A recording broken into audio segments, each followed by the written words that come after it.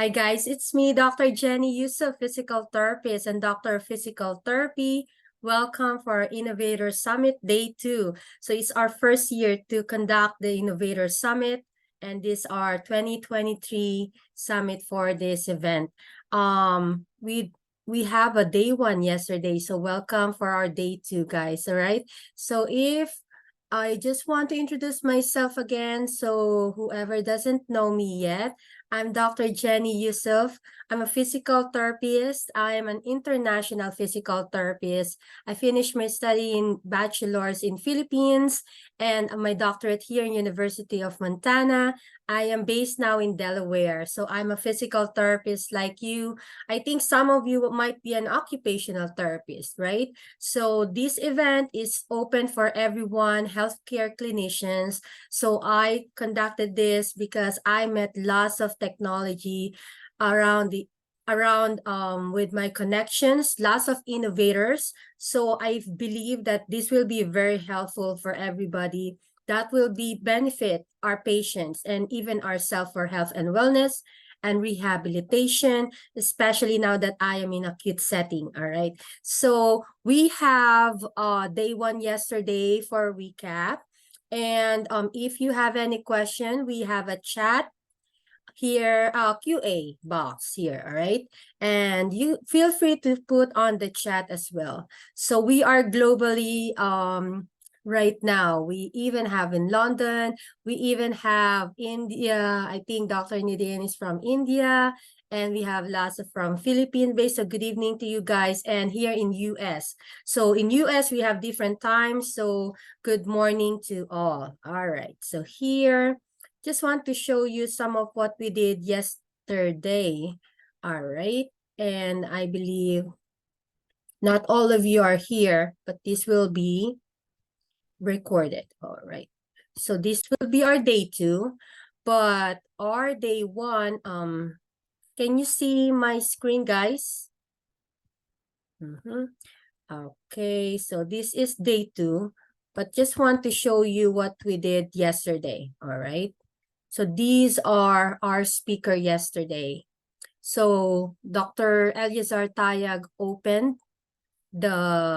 he has an opening remarks, and I will also show it to you later. So can you put a thumbs up if you can see my screen? I think maybe I'm not sure if I can see that. So can somebody unmute and then say, okay, I see a thumbs up. Thank you so much, guys. So this is Dr. Eleazar Tay, the founding president. I will show you his video later so you can see his opening remarks about Future Foundation. And this event will benefit the Future Foundation. It is a nonprofit organization that fosters and focuses the resources of global Filipino PT diaspora to improve health and wealth. And here is one of our speaker, Noman Saya, discuss Hello Note. We have Drew about Neuro Rehab VR, and Bill Hall is also from Web FCE, and he checked about functional capacity evaluation. We have also great sponsor from American Institute of Balance, and we have a break. Of course, you will have also a break later, most probably before lunch. And Sheila discusses about the different balance using, she's a figure skater, and she showed us some different vestibular balance training. And Benga, if we have time, I can show you also the recordings of this. But all of this, day 1 and day 2, you will receive recording on your emails, all right? So we have a day 2, and for today, we have great speakers for you. So our first speaker will be Nizar Akil. He will be discussing about Max Pro, a portable all-in-one gym. It will be followed by Dr. Romel Casibang. He is a doctor of physical therapy, and he invented and the founder of Walk Kneeler. So we have Tammy later for motion therapeutics. So she's also a neurophysical therapist. And then later on, Stroll is a exercise gaming intervention for Parkinson's disease. And Meditouch Balance Tutor by Todd will be about the perturbation treadmill. All right, lots of innovation. So let's begin. Welcome for our first speaker. Nizar is the founder of Max Pro. If you see in anywhere in social media, I was so proud with Nizar and congratulations. He was featured in Shark and granted those investment. Max Pro is all over. It is the world's most versatile full body portable cable fitness machine with smartphone connectivity and a motivating coaching app. Weighing just under 10 pounds, and it will accomplish all of your health and wellness goals anywhere because it's so portable. And I am lucky enough to have Max Pro, so I can use it when you travel in the hotel. You don't need to always have, especially during the COVID season. Imagine you have difficulty going to the gym, or you don't want to go to the gym for health some issues, and you can bring this anywhere. Welcome, Nizar. So I will going to give Nizar the floor, and feel free, guys, to put on the chat where are you based right now, okay? All right, thank you. Okay, hi Nizar, welcome. Hi Jenny, Dr. Jenny, how are you? I am good. Thank you so much for this time. I know you're always very busy. You become like Shaquille O'Neal now. Yeah. Yeah, we've had quite a start as a a Detroit-based startup. I'm calling out of just north of Detroit. Thank you so much for having me along in this amazing summit. My background hasn't been in therapy or anything in the medical field. That's mostly automotive. We're in the Detroit area, so we're about Motown in the Motor City. You know, a lot of cars here, and that's where my career was. But Max Pro became a labor of love that basically took my love for fitness and athletics and combined it with my love of engineering to bring the Max Pro. As you mentioned, Dr. Jenny, that it's a pretty portable machine. It's right here. A matter of fact, this is it's about 4.5 kilograms, 10 pounds or so, and it was innovative since this is an innovator summit because there was never anything like this form factor. And still, if I'm holding this up, people don't understand how this can be a gym. But I will show some examples of what we do and how we do it. And it's pretty important, I guess, to say that I can see some really amazing speakers about some of the work that they're doing for all different types of therapy, rehabilitation. So Max Pro is our position in this. I feel like we're a tool. So someone in your field, a therapist, anyone, basically a professional or an individual, can use Max Pro as a tool to help them with neuromuscular, whether it's rehabilitation or strengthening of muscles or balance exercises. So and Max Pro allows that to happen. Yes, it is a mechanical device. It opens up just like this. You can stand on it. You can put it under a bench or a chair. And again, I'll show you some examples. You can also mount it to a wall or something like that. And it has really one of its most unique features is the ability to change resistance super easy. So this is like a 5 pounds, 2.5 kilograms or so. And then that just changes all the way up to 150 pounds or I don't know, 70 or so kilograms. Since this is kind of a global summit, I gotta do the math very quickly. So what I would like to share with you is a few slides and a little bit of information about us.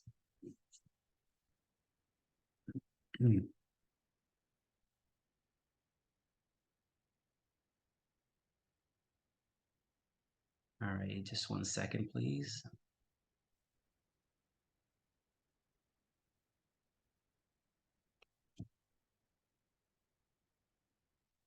Oh, I actually have to pick a screen in this case, not an actual screen. All right, we'll do that.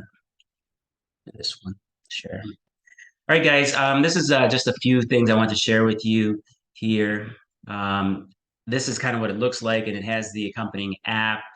When I first started with the Max Pro, it was really focused primarily on fitness. But what was so amazing about it is what we learned from our customers, and This was an example of how we were marketing the Max Pro. This is me on top of Mount Fuji. And it was really to highlight the fact that, yes, you can get a workout anywhere, even on top of a volcano mountain or whatever. It's all about freedom, fitness, and fun.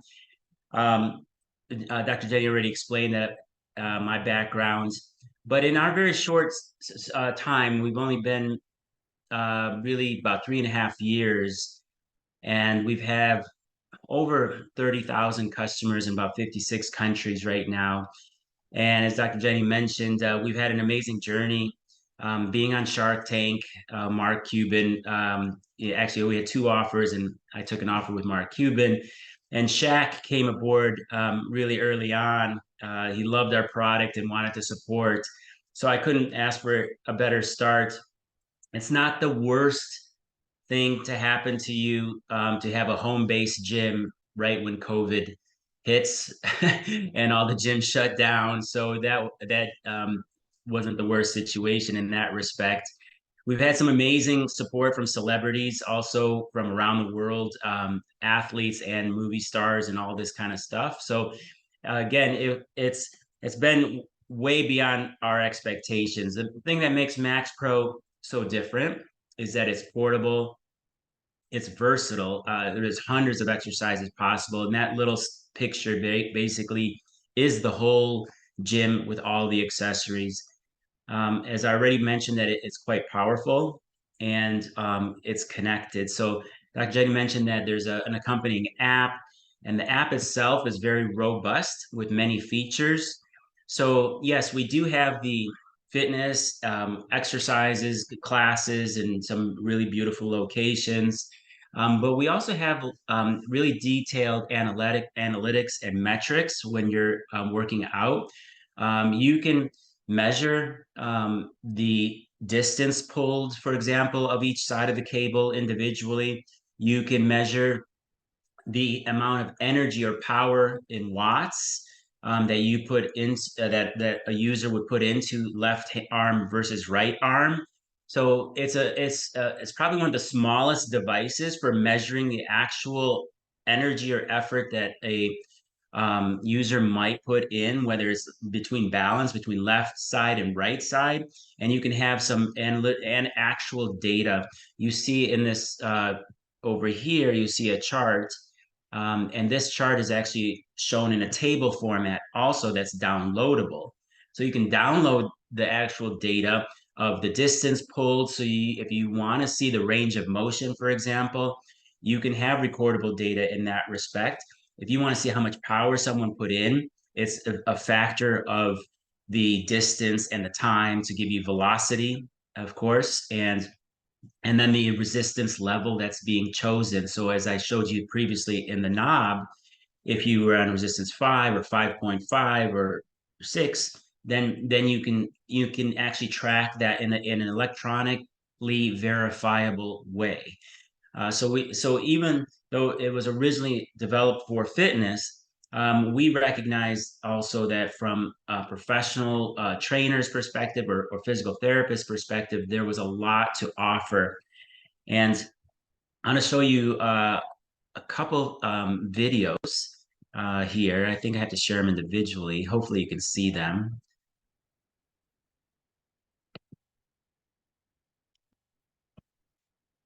Okay.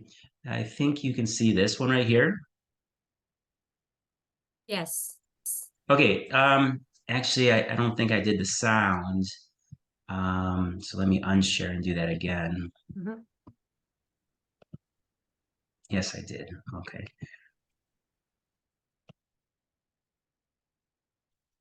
Oh, I almost exited. Pushed the wrong button. And if you guys have any questions whatsoever, please do feel free to share. And at the end of this short presentation, I'll also be, this is not a sales pitch by any means, but if you're interested, I did put a Dr. Jenny discount code at the very end if you are interested. Hey, Christmas is coming up, so. Oh, thank you. Thank you so much, Nizar. Okay, so here is what we noticed, what we started seeing is because Max Pro is not intimidating, as you might have seen me holding it up like this. It's quite small, it's compact, it's portable, and it's super easy to change resistance. We started getting more and more of our customers telling us that it's so safe, easy for them to change. You know, there's no heavy weights to use to change the resistance. There's no bands, even bands, the snapping of bands and the elasticity of bands. This is a cable, so it's doesn't have that pent up energy, and it really is much safer when you position it, and you can just change resistance and move from one exercise to the other.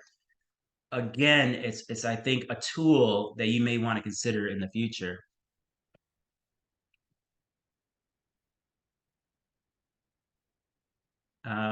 Can you guys hear or see it at least?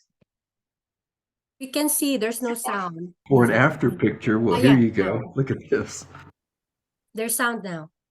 Debbie and I, we're going to be 65, and we start every morning working out together. We do these videos. What I like most about the Max Pro is how easy it is to change weight. I'll usually do 5 sets of something, starting out with a low weight and then gradually building. Another thing I love about this is that it's cables, so you've got unlimited angles. Here's a little golf workout. It's just incredible how I can hit every body part, whether it's heavy weights with 8 to 12 reps or 45 seconds on and 15 off for an endurance workout. This thing just does it all.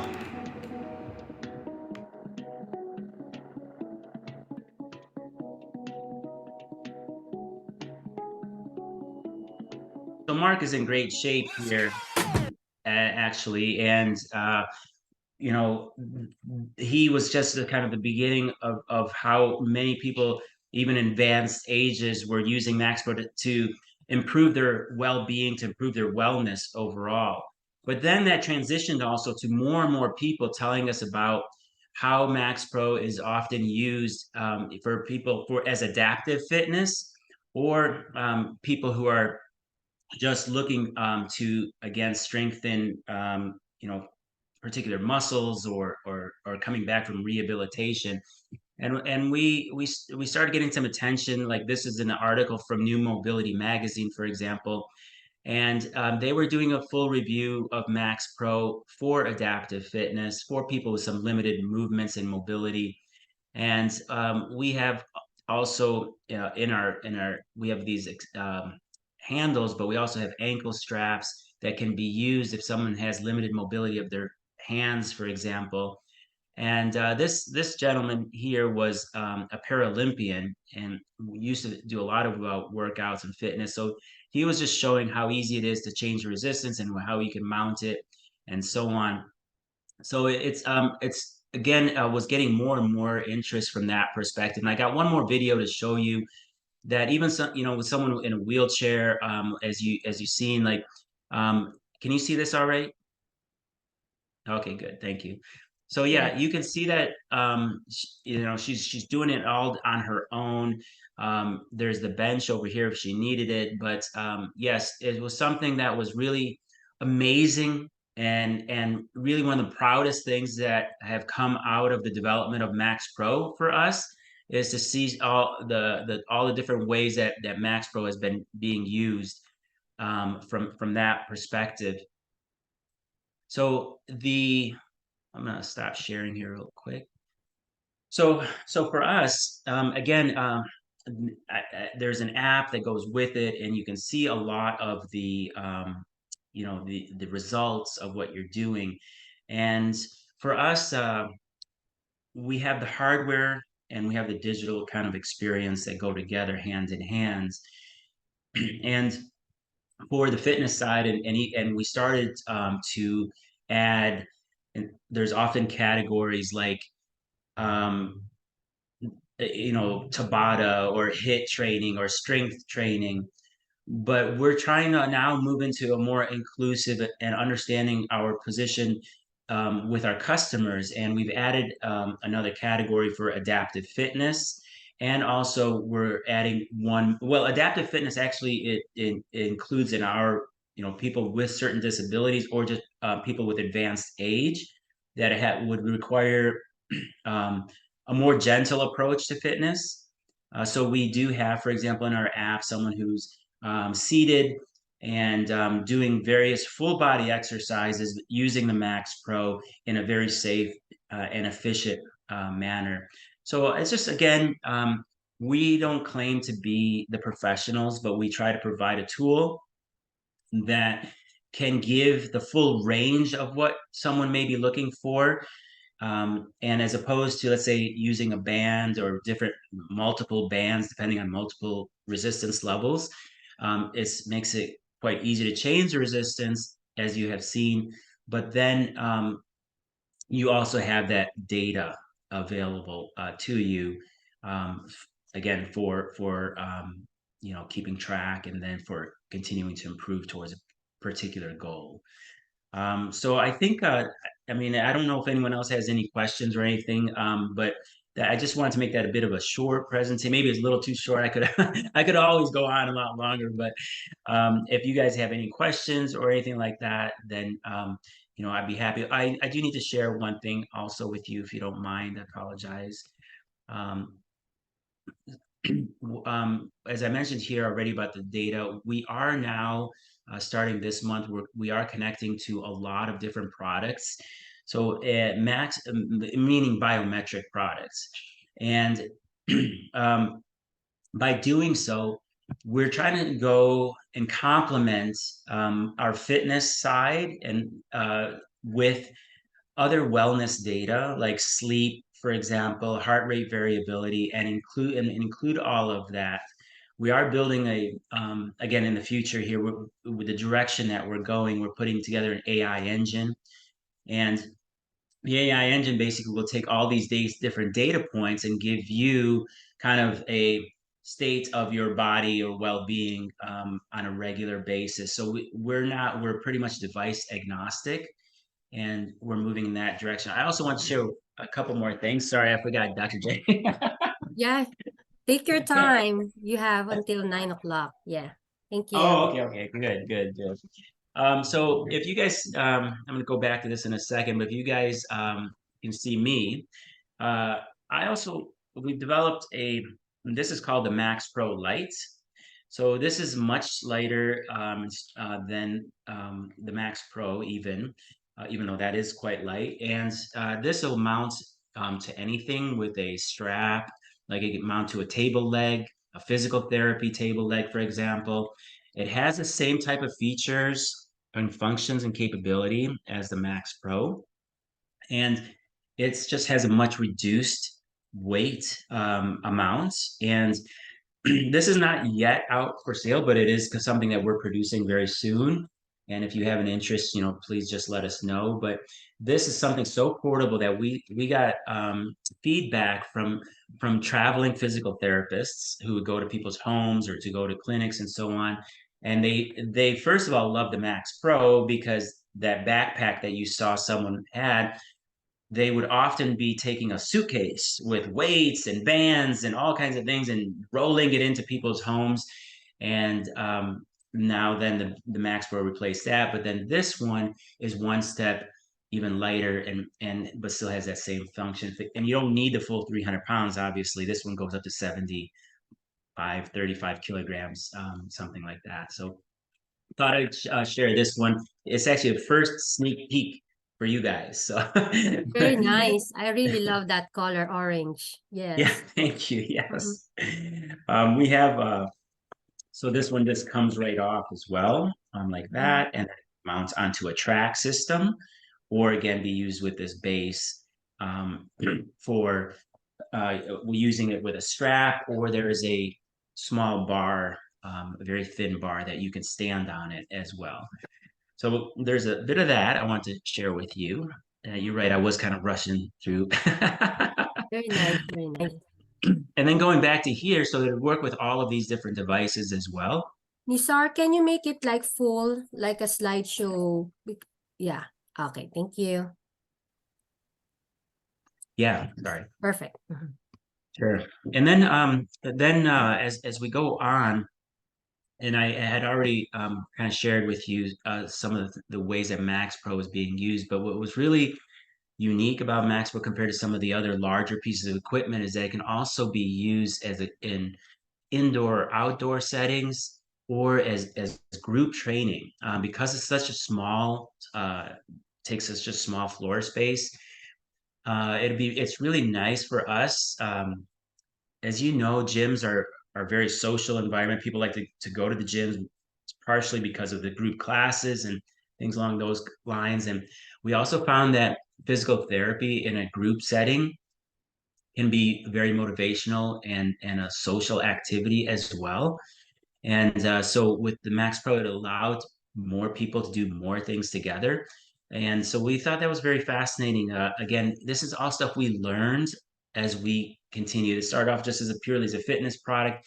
And then we saw a transition into, it's a wide range of age groups from young to old. We have, several feedbacks that have come to us from people in their 70s and even 80s, and some of them had lifted for 30 years. Lifted meaning, worked out for 30 years in their lives, but they kind of gave up weight training. And there's been so many studies recently about the importance of strength training now, as opposed to the cardio and hit. And I'm not saying that's not good, but the strength training itself, just for a better quality of life and a longer quality of life for people to maintain that muscle mass or even to regrow muscle mass that they used to have.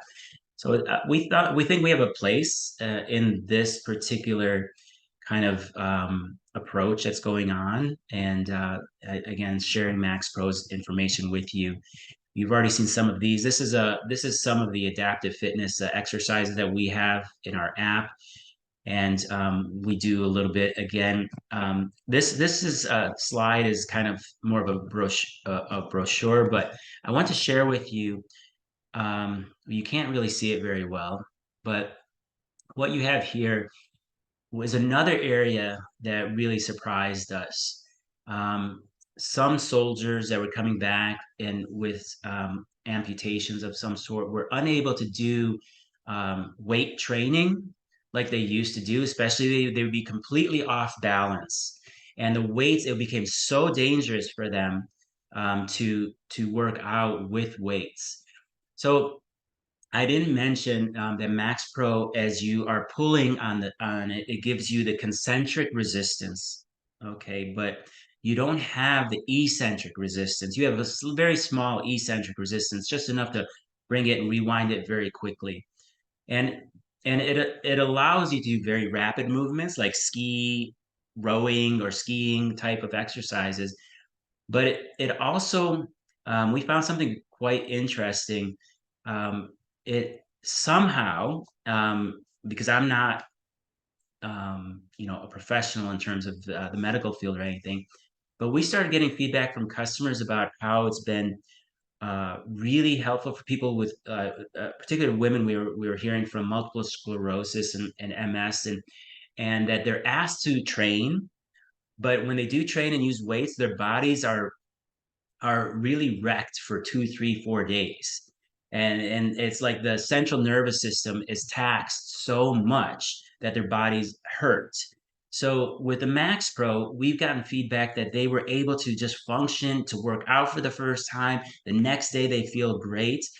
And what we realized is concentric without the eccentric, and I'll explain a little bit more, but without that eccentric wasn't as taxing on the joints, number one, and number two, on the central nervous system. It was allowing the blood flow to come to the muscle tissue, to actually strengthen and grow muscle, but again in a more gentle way on the body. So UCLA, and this is a little bit of departure from this particular picture, but UCLA has just completed a 6-month study on Max Pro. It's going to be a 2-part study. The first part, we haven't received the full results, but the first part was about how does Max Pro's compare against weights and machines when it comes to muscle strengthening and building. The initial results that I've received verbally are that it's quite positive, and that's all more focused to the fitness side. The second part of the study is more about how gentle it is to accomplish what you need it to do in terms of strengthening, um, but it again without taxing the central nervous system. And that study has not started yet, but we're really curious because the feedback that we're getting is fascinating from people who again um, who are who have worked out in the past and not able to work out for several reasons. Max Pro does not give you the DOMS, the delayed onset muscle soreness, like actual weights. So some people think, oh, wasn't effective, but we found out that it actually is effective, but it doesn't mean that it's tearing the tissue to that extent. What I was going to say about this particular picture with this amputee here is that he was able to work out and do squats for the first time because one, he doesn't have the fear of having so much weight on top. You know, he's actually holding a bar on his shoulder like he's going to do a regular squat in a gym. But to have 100 pounds or 300 pounds of resistance on you while you're trying to learn how to do a squat all over again is so scary. And the ability for Max Pro when you're pulling on, like you got the push, but you're always in control and it's always safe. And you have it on your the bar, for example, on top of you. And if you struggle, you just move it off and just put it back down. There is no fear of a weight crashing or very high resistance tension bands, which is extremely dangerous as well, that it could be released. So there is something really fascinating for us that we're looking to explore more scientifically very soon. But we know from our customers that from a safety perspective and people who have had certain autoimmune illnesses that really affect their bodies, that Max Pro is a more gentle way to continue to work out and strengthen as they're advised to do, but they're unable to do. And then it's also for those people who have certain limited mobility, amputations, or things along those lines, that it's a very safe way to get back into working out. So that was just something I want to share with you there. It's not the best picture for it, but then I don't think I was still here. Okay. And then, yes. And this is an example of someone, their particular feedback about she's a T2 paraplegic and just what she was able to do with Max Pro again. It was, I mean, she's quite busy with newborn twins even. But it was just nice to get this kind of feedback, and when we do get it frequently, and I want to share that. Lastly, I am not that short, but I thought I'd share this little picture of Shaquille O'Neal next to me, and I am I don't know 182 centimeters or something like that, and so and he's much bigger and makes me look like a little kid. But here at the very bottom is my contact information should you have any questions. And then there's a 10% off link. We already have a sale going on, and you can still get another 10% if you follow this link here, maxprofitness.com -discount Dr. Jenny. I will, after I get off, I'll copy this link and I'll put it in the chat for you so you can have it as well. So I think that's all the information. I'm sorry, I kind of did a little bit disjointed. It's not even that early here in Detroit. It's we started at 8:30, which is not a problem. But thank you again. I hope that was very beneficial for you. Yes, yes. Thank you so much, Nizar. That's really good because they can see, some of them watch it already in social media. I even have a friend, she's really very active in doing her home exercises. She has her kettlebell, so you will have a dumbbells, you will have different stuff, right? And but if you have this one just all in one and you can bring it anywhere, the kettlebell will not fit in your bag.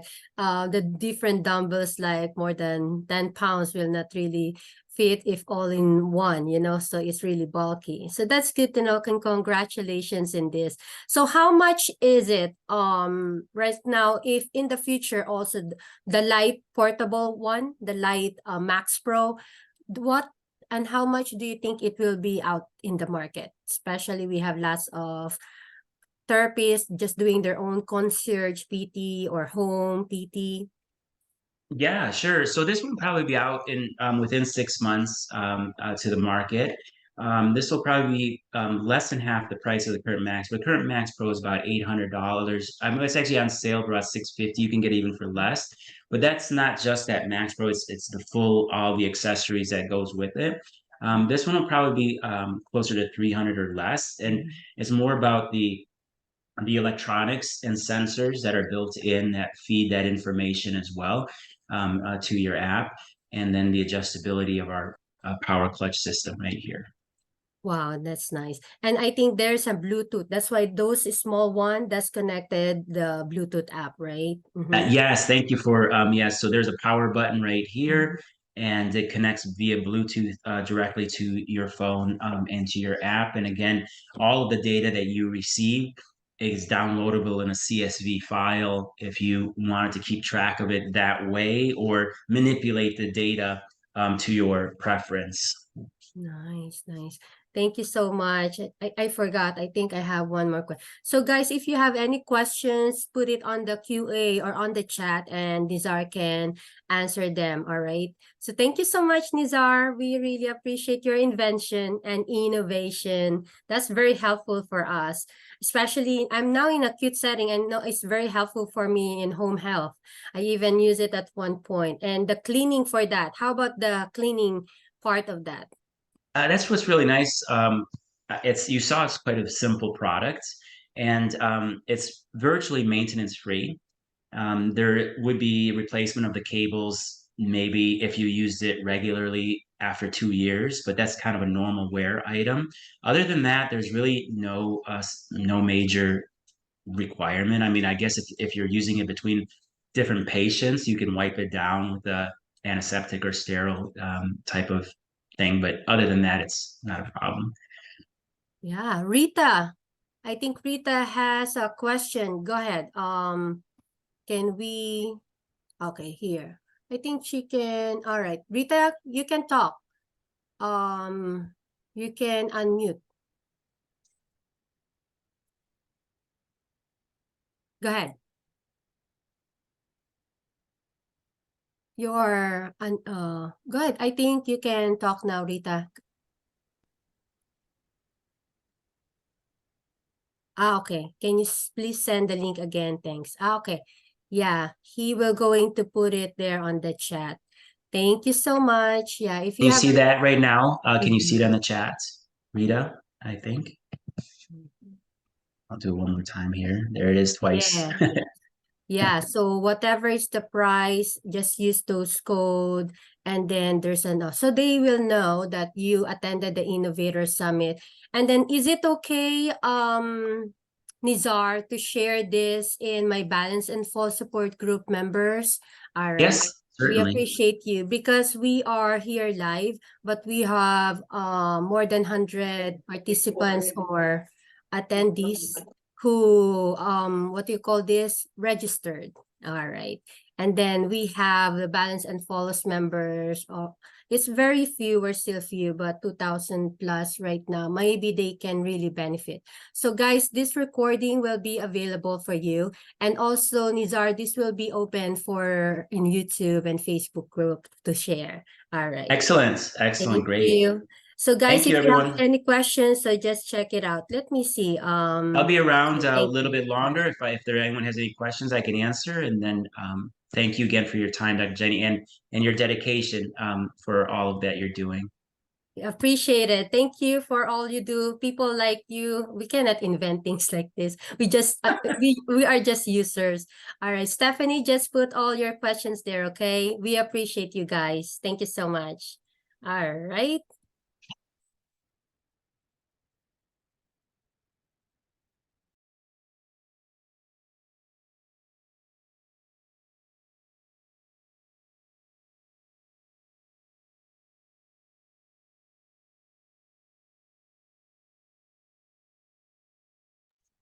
Dr. Jenny, you're muted. Sorry. Yeah, so Dr. Romel will be our next speaker. Let me share my slides. Appreciate that. So we have we have Nizar as our first speaker. That's really great innovation. Thank you so much, Nizar. So here will be our next speaker. He is the founder and also the inventor of the walk kneeler. So you must see those things in social media as well. So Dr. Romel Casibang is a physical therapist, and he graduated his bachelor from Emilio Aguinaldo College, Manila in Philippines, and worked as a clinical instructor before coming to America. He earned his Doctor of Physical Therapy at University of Montana, where his capstone was his idea about proof of concept of what Walk Kneeler is now. So he's the founder of Walk Kneeler and made a unique knee walker that caters for people with weight-bearing restrictions and injuries and surgery to one leg or foot and has other application. So this is a crossover between the regular walker and a knee scooter. So that's really good. It provides stability of a regular walker and the functionality of the knee scooter. So this is FDA registered and also patented in the US and different countries. Wow. Congratulations, Thank you Dr. so much, Mel. Dr. Jen. Oh my goodness. Yes, All I'm right. so thrilled and excited to be here. And Okay. Dr. Romel, there's a feedback. I'm not sure. Let me see. Can you talk again? okay, can you hear me now? There's still feedback. Do you have a Hold on a phone? second. Do you have a Yes. phone? Okay, I think there's a There you feedback from the go. phone. You can mute one of those, maybe. I'm not sure. Thank Okay. you. Yes. So, hi, everyone, to all the viewers out there. My name is Romel Casibang, and I am the inventor of the Walk Kneeler. And this device has been a baby of mine ever since I did the capstone study. So, anyway, thank you so much, Dr. Jenny, for inviting me as a speaker to this great event. You are so amazing. Your advocacy to help entrepreneurs like us and also leaders, is amazing and wonderful for us to um, help other um, uh, people out there like physical therapists and also um, every person that is some disabilities. So let me share you my. Hold on a second. Okay. All right. Let me share you my slides. Okay. Hold on. I can't. Where is it? There you go. Right now, entire screen. Okay. Okay. Can you see it? I mean, can you see it right now? Not yet. Mhm.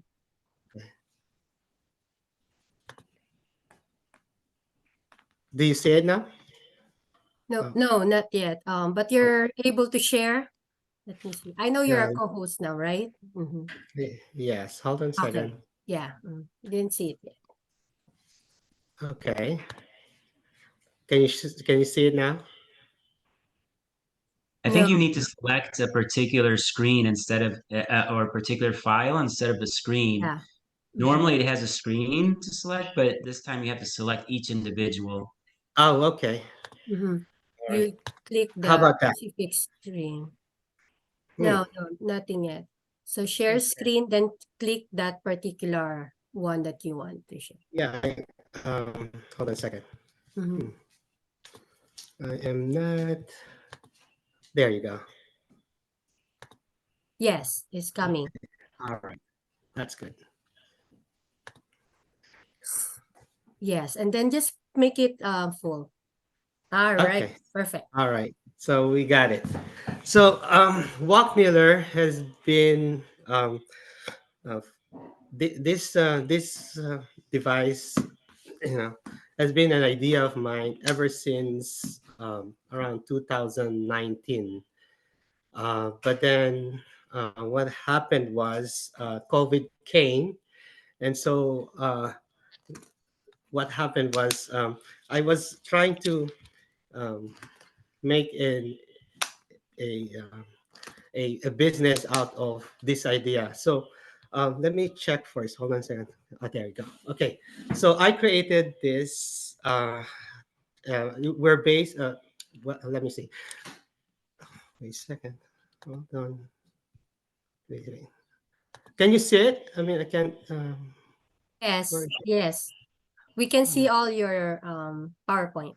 Thank you. but I don't see it. Hold on a second. Wait a second. All right, there you go. Okay, um, we're based in Deptford, New Jersey, USA. This is the company was formed in 2020, and we started product development in August of 2020. And during this time, I tried get other get other therapists involved. And so the first prototype was delivered in December of 2020. So uh, wait, wait, I can't. Hold on a second. Okay. So we filed for a U.S. Provisional patent on September of 2019, and then was granted non-provisional utility patent in December of 2020. We also have international patents in Canada, in China, and Australia. So we're working now on some patents in the European Union. So by 2021, we completed FDA registration, and we're now considered as a Class One medical device. So during this time, we were sourcing our manufacturers, and we did some sampling and tooling as well. Um, this has been really a struggle on my end because of uh, the lack of funding. But then um, the idea has been there. So the product testing in all of 2020, 22, and 23, and started the production in 2023. So let me show you something. Okay, I can see. So Walkmiller is a medical device that an alternative device that bridges the gap of rehabilitation from the earliest point of injury or surgery to using other devices towards patients' return to independence. The Walkmiller provides a more stable medical rehabilitation equipment solution for a safer and faster recovery from injuries or surgeries to one leg or foot. Here at Walkmiller, our goal is to make our patients reach their maximum functional potential. And also, the patient's health, wellness, and safety is our priority. So, the Walkmiller, they're appropriate for the elderly who has less stability and decrease in confidence. It's mostly recommended for use indoors and even on even surfaces. Um, I have a picture here. So, as you say, a crossover between the standard walker and the knee scooter.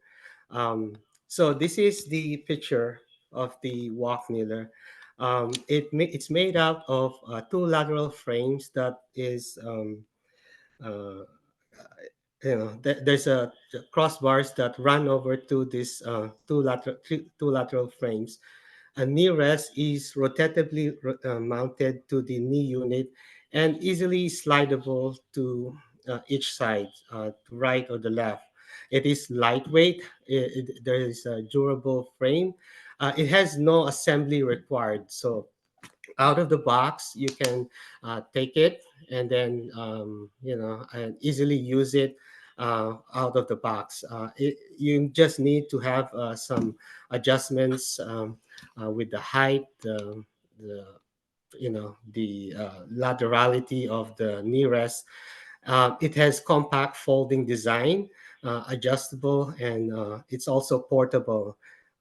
So it's basically a crossover between the standard walker and the knee scooter. Now, the concept of this is really to be able to make the patient, stable enough. So we combine the stability of a regular walker with the functionality of a knee scooter. Um, so anyway, when we tested this with some patients, my patients, it is they had a good feedback on it, great feedback on it because um, during their first few weeks in surgery or after surgery or injury, what happens was they're unable to get up and some devices out there like the knee scooters, the crutches, they're not sufficient enough to be able to hold the patient. So by this device, you're able to have your hands on the side instead of with the knee scooter on the front. So imagine this, like when your hands are on the side, your base of support is wider instead of when your hands are on the front. And also when you have to maneuver with the knee scooter, you have to make a wider turn. But with these walk kneeler, what you just have to do is just to turn the walker along with you.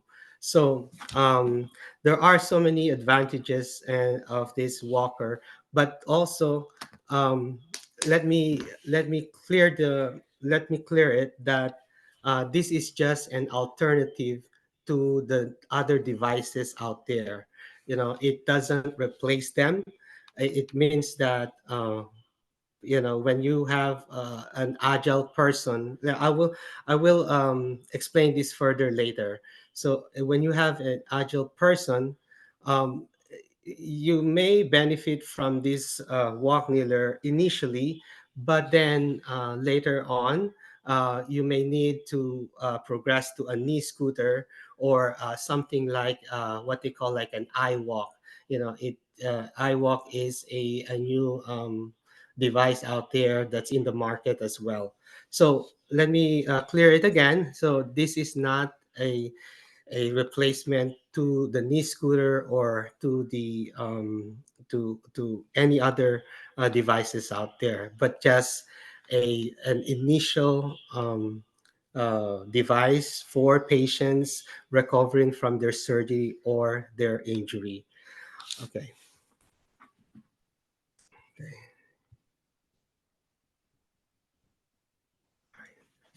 So go to product specifications and requirements. So with the product specification and requirements, we tested this throughout 2021 and 2022, and we found out that it will hold more than 250 pounds, but to be safe, the weight capacity of this walk kneeler is about 250 pounds with a BMI of less than 30. which means that above 30, BMI is a body mass index. So it's calculated by, in kilograms, it's calculated by weight over the height, the square of height. So uh, with the body weight of 250 pounds, this walk kneeler, it can hold it.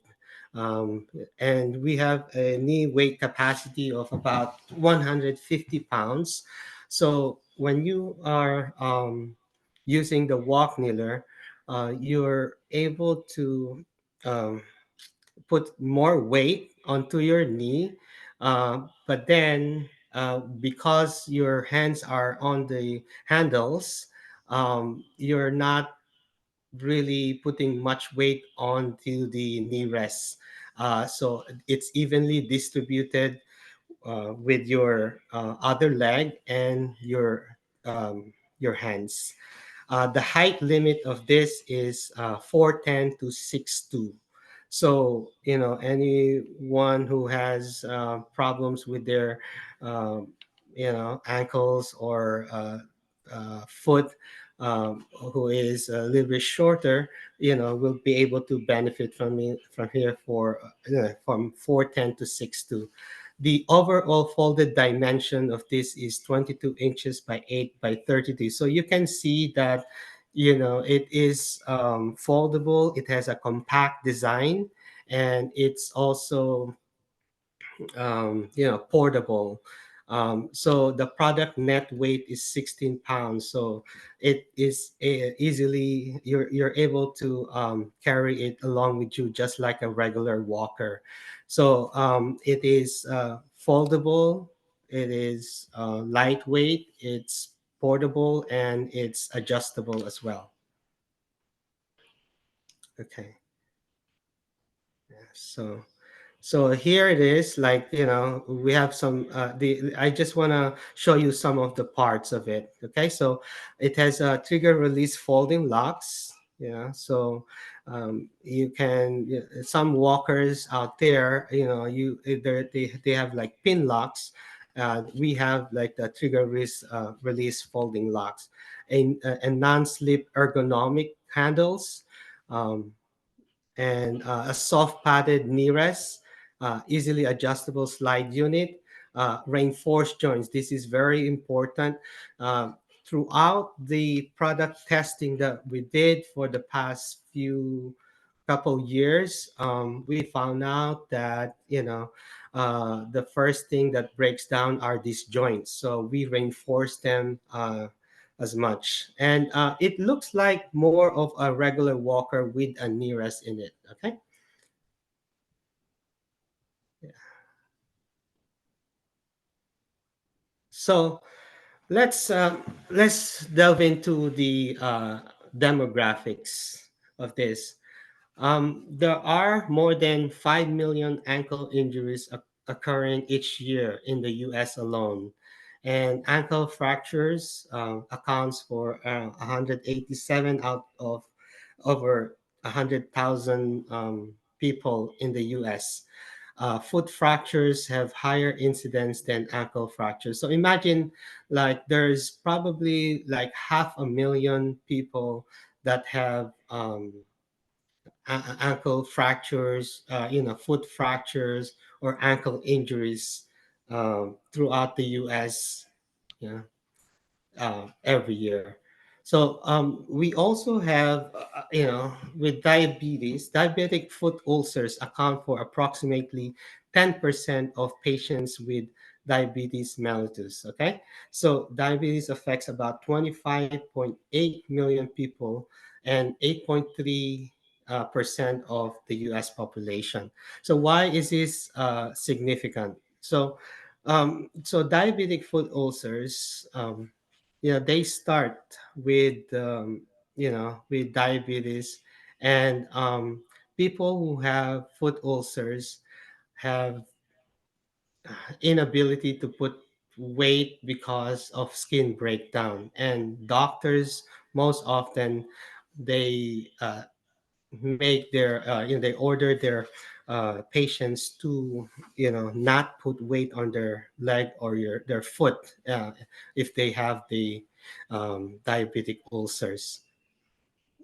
There's about 1.8 million people living with amputations in the US, and estimates of about 30,000 to 40,000 amputations in the US annually. So, why is this important? So, with the walk kneeler, walk kneeler, there is a the, the the goal of this is for the below-knee amputations, amputees to maybe use this as a an alternative device, uh, you know uh, alternative device. We have I have reached out to the VA, the Veterans Affairs, and they have, given their interest in using this walk kneeler. Uh, there's about 23% of these are below knee amputees. So majority of these individuals are 65 or older. Why is this important?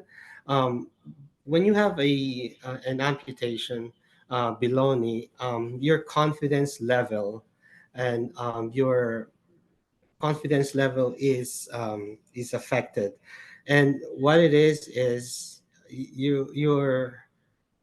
you have decreased mobility and less of actively go through your routines every day. So what does this walk kneeler do? It aids you to be able to function inside the house and be able to to do your normal routines. Um, I will show you some pictures later about this. Hold on. Okay. So, what are the indications of the walk Miller? So, anything that has involvement with lower leg injuries, such as Achilles tendon rupture, ankle fusion, ankle replacements, avulsion fracture of the ankle, below knee amputation, broken ankle, Charcot foot. Charcot foot is caused by diabetes. It's the instability of your joint, and what happens is because of the um, decreased sensation, neuropathy, um, it weakens the ligaments inside your your ankle. And what happens is you get a deformed foot, and this is a painful uh, condition for especially for people who have diabetes or people who are older. There's also fibular fractures, foot fractures, Jones fractures. Jones fracture is the fracture of the fifth metatarsal. It's very common among athletes. Lisfranc fracture is a fracture of the metatarsal, and metatarsal above the um, metatarsal fractures. And then there is also non-weight bearing injuries. People who have RSD, it's reflex sympathetic dystrophy, and complex uh, so reflex sympathetic dystrophy and complex regional pain syndrome of the lower leg and foot. These two are synonymous to each other. They can be very painful. Something with like the walk Miller can aid in not putting weight on the leg and be able to function inside your house, or or outside the house as well. Plantar fasciitis, sprained ankle, and also stress fractures and tibial fractures. So, a lot of lower leg injuries involved.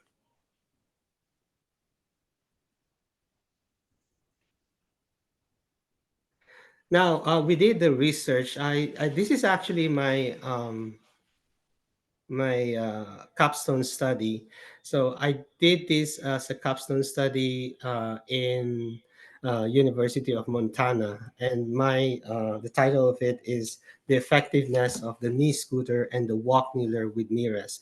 I didn't call this walk kneeler yet before. So the walk kneeler with knee rest on mobility, gait, balance of the elderly population with ankle and foot surgery.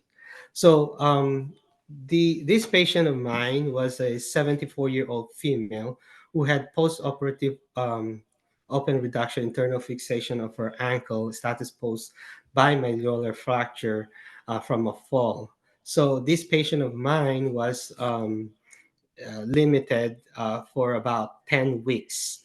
And what it was I did a performance-based measure for balance and mobility. Um, initially, and then 4 times, during the course of the physical therapy sessions, and also during discharge. So what we found out, and then these are the performance-based measure, the test that I did. Tug, modified Borg scale, 10-minute walk test to measure the gait speed, and functional electrical, no, no, I'm sorry, false efficacy scale, I'm sorry, FES. Anyway, well, let me see. I compared the knee scooter and the walk kneeler. Uh, so this is the conclusion. This is what we find out. We found out. The patient preferred the walk kneeler to initially address her needs for more support and stability when standing or and walking. But she perceived herself to be a fall risk with the knee scooter initially. When I did this study to this patient, I found out that the walk kneeler is very important initially in their therapy, in their healing process. Um, but then she perceived the knee scooter as not a device of choice during that time. But over a period of time, both the outcomes improved for both the knee scooter and the walk kneeler, um, as I was testing it throughout the course of therapy. And she demonstrated increased confidence in all areas of activities with both. The knee scooter has better outcomes on the three measures. Okay, so that was the tug, the Borg scale, and the 10 meters walk test. I should say 10 meters walk test. Okay. So, except for the false efficacy scale, where the patient has a higher degree of confidence uh, for the walk kneeler than the knee scooter. So, what does that mean? So, as I said earlier, we are not replacing the knee scooter, but we are just, you know, a a we are just trying. It's an initial assistive device used in conjunction with other devices out there. So if the patient is not comfortable of a knee scooter, there is an option for them. Okay, so as physical therapists, we are the ones that are in the house. We are the ones that are in the rehab centers, in in the hospitals. So we are the ones who will determine which assistive device they will be able to use. Okay. So we are currently working with a few rehabilitation centers in our area right now to conduct researches, including cohort studies, clinical randomized controlled trials. The main thing here is, we're trying our best to make the community of the medical community aware of this device. So we're unable yet to fully do a full scale of trials because we're limited on our number of devices like walk kneelers. So analysis of the other assistive device in the market. So the knee scooters. So as I said, we're not replacing. So these devices. So knee scooters are more appropriate for the agile, more stable patient. Can be used indoors and outdoors. They're good. They have good maneuverability outdoors, and good on open floor plan. But they're poor in closed tight spaces like the bathroom sink. So imagine using a knee scooter inside the bathroom. I've done that. I have so many patients that had multiple falls from this, because of, so that's also one of the reasons why I tried to get this to market, because um, the idea of using a knee scooter when you're trying to recover from your injury. Um, okay, let's see. So iWalk. Yeah, iWalk is or it's called an iWalk or crutch leg. This was invented by Lance Matthews. This is appropriate for younger, more active, agile individuals or patients. Can be used up and down the stairs, can be hands free, some complexity in donning with straps. So this is probably not used by the older adults because of the complexity in donning with straps. And then you have to get up with it, and then you have to get down with it to sit. It's kind of hard. I've tried this also with my patients, and they're not. They're not good for the elderly. Crutches. So you must have good upper extremity strength, appropriate for the younger population, and can be used up or downstairs. There's also attachments, knee slings, and knee supports, but they are somewhat uh, not good because they can break down easily.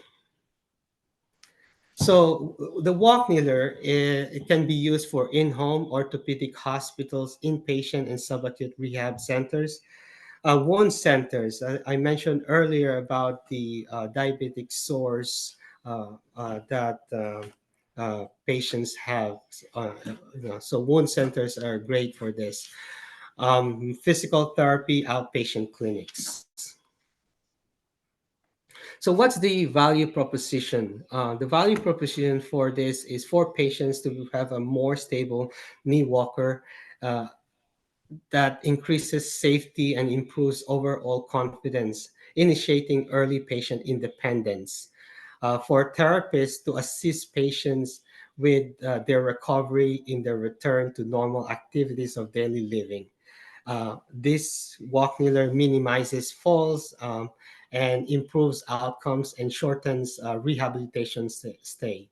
Um, Overall, it can cut healthcare costs. So we were at the MedTrade trade show back in March, and we were featured in the new product pavilion. We had great feedback among all the different vendors and different companies, healthcare practitioners, clinicians, and hospital representatives there. I'm truly, overwhelmed by it, but the problem there was we didn't have products to deliver yet by that time. So you know the products are coming in about 3 to 4 weeks tops, coming from overseas. So we hope to be able to, do business with all those contacts that we had. So this is our 5 year perspective, or what's in store, our goal and vision. So we are now focused more on providing value to customers. We're now trying to partner with healthcare systems and agencies to, not only be able to use this right away, or study this device as an alternative to other devices that are out there. We also have been working now with a bariatric version for people more than 250 pounds. It's a process. We have to, by next year, hopefully we're able to do this early next year. We're still continuing on product development, and there's a lot to improve with this device. This includes attachments, and also other innovations out of this device. A very important goal of Walk Miller Company is for insurance companies to eventually approve this as a medical device that can be reimbursed. So these are the codes. It's E0118 for a knee scooter, knee walker, and the E0143 for a regular rolling walker. So hopefully, we can tie up with an agency that will be able to build this walk kneeler, and um, have them be reimbursed to the patient. So we're also trying to obtain a CE mark. CE mark is for like European Union or European countries. So you won't be able to sell out there unless you have this CE mark. So we only have the FDA. So we're here in North America. So it's the U.S. and Canada. So this is a video. You may have seen this before. Uh, you may have seen this before. Oh, you know what? Doesn't it doesn't?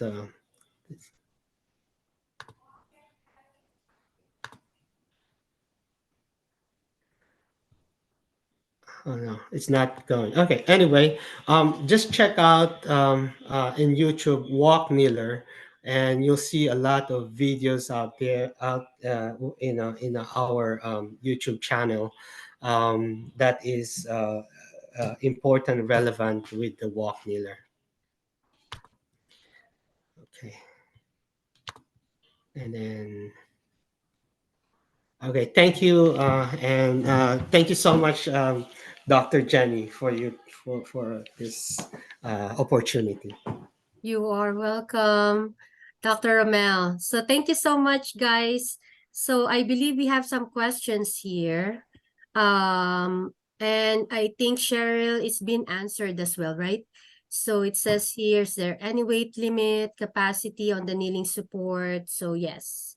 So Yeah, it's around 150 pounds, but then it can be more Mhm. because your weight, is distributed to your hands and your other leg. So the weight limit, we tested this. The testing is really tedious. They put a lot of emphasis on that. We put a lot of emphasis to that because we're dealing with patients here, and so it can be more than that. And from our testing, we were able to get it to like 300 pounds, but we're just putting it as 150 right now. Mm-hmm. It's Yeah. really good that you emphasize the different injuries, the indications, and we have now, I think I really have a non-compliant patients. They said already is non-weight bearing, they're still touching, they're still doing toe touch weight bearing. And this is very beneficial also with a little bit of cognitive deficits. They don't Yes. understand the weight bearing like only partial or toe touch. It's really there's a gray area. They just put it on. So maybe once they just put it on that knee rest is just Mhm. understandable. And do you have what's their feedback in the turning capacity when they turn around? Is it easy for them? It is easy because what you're doing is you're just following your body with it. You know, where you're following with your body. So the idea of this came out because I was working with a patient who was using a knee scooter, and inside the bathroom, it's so hard for the knee scooter. So with the walk kneeler, you can just get up and then turn. Mm-hmm. So Yeah. it's an easy turn.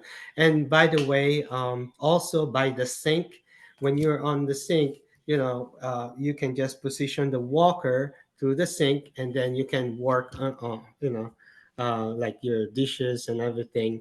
Um, but for the knee scooter, there's this Okay. front portion of the knee scooter that is a hindrance when you're trying to get to the sink. So that's one of the benefits of this in comparison to the knee scooter. Yeah, because it's blocking their way because it's like Yes, a bike. And that's then correct. with the walk kneeler, there's a space for that. It's cool. Yes, And yes. there's no need for a strap. They just put their legs there. They just put their leg in. Ah, Yes, okay. that's They all just there underneath. is. Yes, yes. Mm-hmm. So yeah, I mean, there's a I'm very thrilled with this. So hopefully, the shipment is coming. It's actually in transit right now, from another country, and they said 6 weeks. There's an estimated time of delivery to my warehouse, uh, December 3. So Wow. hopefully we're able to fulfill all the orders right now. Yeah. So when we want to order, how we can order? Let's say, is it available now in Amazon? And then you would Uh, do it- that, this something is like that? this is it's available in my website. Website. It's Okay. walkmiller.com, and Mm-hmm. you can also email me. I'm gonna put my contacts. Actually, let's see here. It's in the website, walkneeler.com. Okay. Yes. So this is my contact. So Mhm. you can email me with this, in this email, and there's my, you can also connect with me at LinkedIn, and you can follow me at Walk Neither, and Facebook. You How know. much is this, Doc Romel? So the price of this is right now, since it is a premium product right now, it's $349.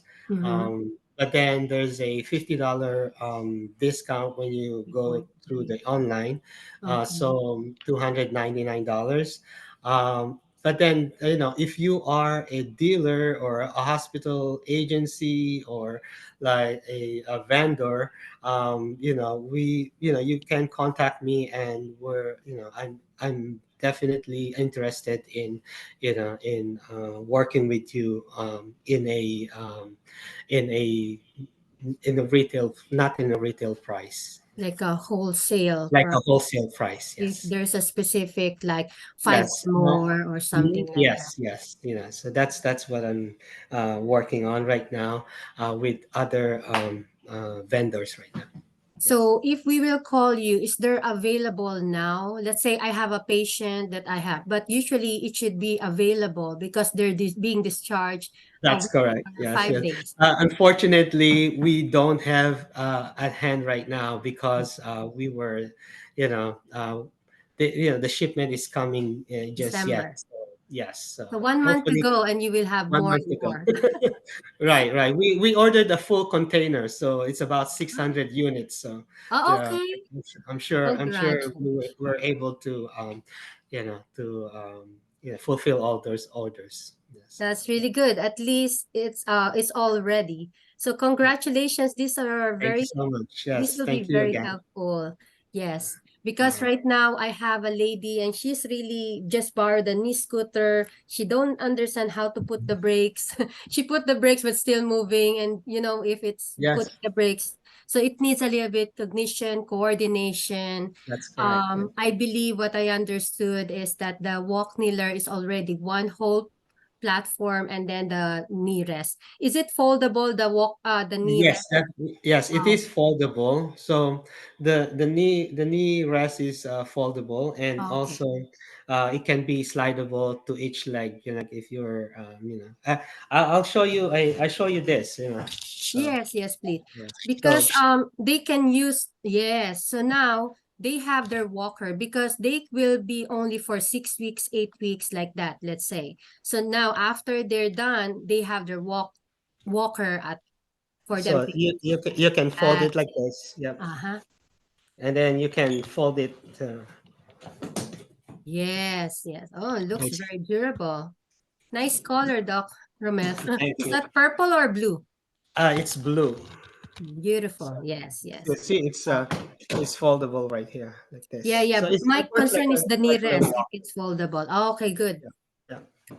Because they have a walker now. So they can just order that and they don't need to buy again another walker once they're done with their precautions because those are all temporary for few weeks, right?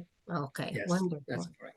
Thank you Hmm. guys. Okay, so here, yeah, Cheryl said, hoping this eventually will be available as an attachment.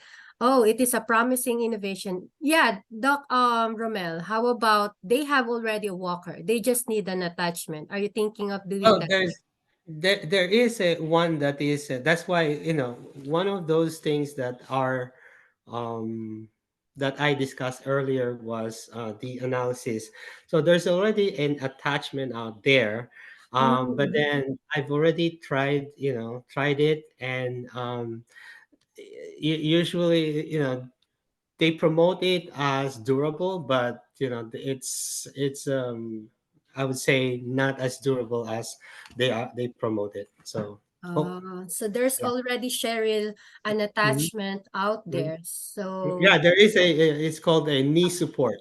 If you okay, look it so up in the Amazon, there is one that's called a knee support. I think I saw that already. I have some patients, and then we just put it like this. That's You correct. just Yes, hang it, yes, and then yes, yes.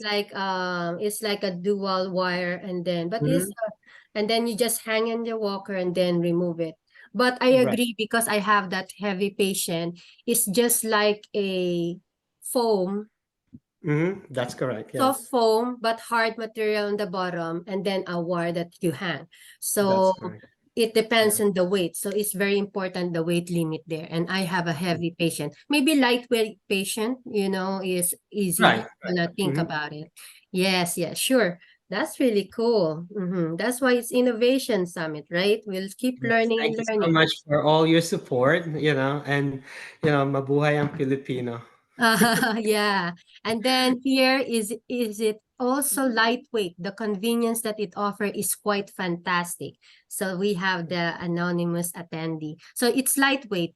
How heavy is the whole walker? So, as I discussed earlier, it's about 15 to 16 pounds. So 15 to it's not. 16. So the regular walker is about 8 to 10 pounds. So Okay. So there's a you know difference you there.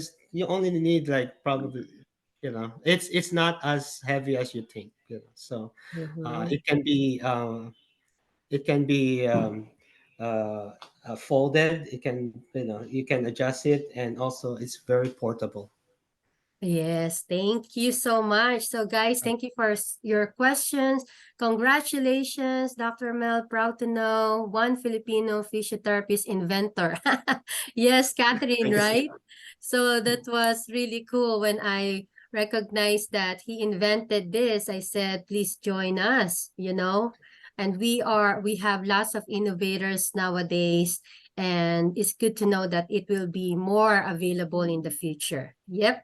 All right. much. Thank you. I hope you can still show the YouTube video later on. So during our Yes. we can still show it later. Just Oh, let sure, definitely. Mhm. I'm gonna try to fix Yes. it because Yes, because we will it's have not a working. short break, and then so we will going to show Okay, that as no well. All problem. right. Yes, thank Okay. you.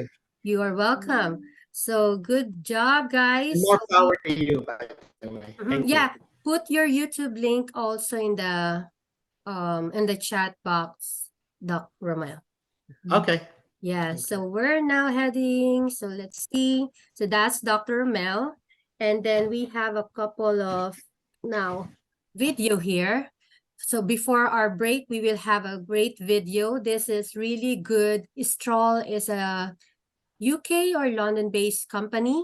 And Melvin here, Rordink, is an associate professor of technology in motion, generating with he has a brilliant team, knowledge and solutions for scientific and societal needs in the medtech domain. Foreign with you because of the time difference there in London. So we have a great what do you call this video? So Stroll is there have an XR gaming innovation. This is like if you attended yesterday, they have we have a virtual reality from Euro Rehab VR.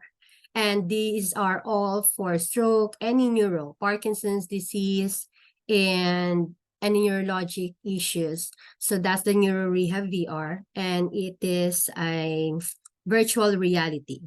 With this stroll, this will be an augmented reality, means you're really like in there wearing those things and as if you really feel those. All right. So let's see how does it work with that can be helpful in our patients. Okay, take it away.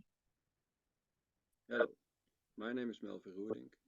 I'm Associate Professor of Technology Motion at the Vrije Universiteit Amsterdam, the Netherlands, and Chief Scientific Officer working for Stroll. And I'm here with you today to talk about reality.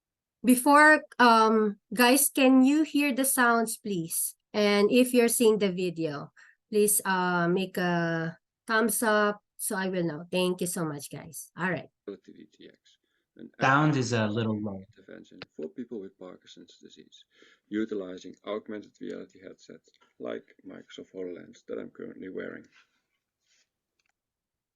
In the next couple of minutes, I'll walk you through our clinical feasibility trial showing that Reality DTX is an at-home, adherable, progressive, personalized, well-accepted, attractive, stimulating, and effective gait and balance. Hello. Hello. My name is Melvin Roerdink. Sorry. I'm Associate Professor of Technology Motion Augmented Reality headsets like Microsoft HoloLens that I'm currently wearing. In the next couple of minutes, I'll walk you through our clinical feasibility trial showing that Reality DTX is an at-home, adherable, progressive, personalized, well-accepted, attractive, stimulating, and effective gait and balance therapeutic exergaming intervention for people with Parkinson's disease. Before we take a step into the future, let's take a step back. As Michael J. Fox aptly put it, Parkinson's disease sucks. People with Parkinson's suffer from poor gait and balance, they fall a lot, and it costs a lot, not only for society, but also for the people involved. And the best medicine to counter Parkinson's disease symptoms is exercise. Whereas exercise is good for us, exercise is really medicine for people with Parkinson's disease. Stroll has developed Reality DTX, a digital therapeutic software that is UKCA, CE and FDA registered for remotely prescribing, monitoring and tailoring at-home augmented reality exegaming for state-of-the-art augmented reality glasses like the aforementioned Microsoft HoloLens and Magic Leap 2. Reality DTX therapeutic exegames have been developed with and for end users, with patients, their spouses, and their therapists, and together they came up with 5 distinct gait and balance exegames addressing relevant gait and balance aspects of people with Parkinson's.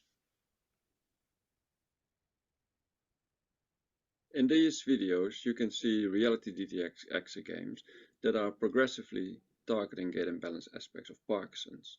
The first game is basketball. In basketball, the person performs sit-to-stand movements or squats, working on dynamic balance and muscle strength. And the number of sit-to-stands or squats required can be progressively set as a patient's progress over the weeks, as can be seen here. The second game is Mole Patrol, and the task here is to look around you and see where the mole appears, walk to it and stamp on it.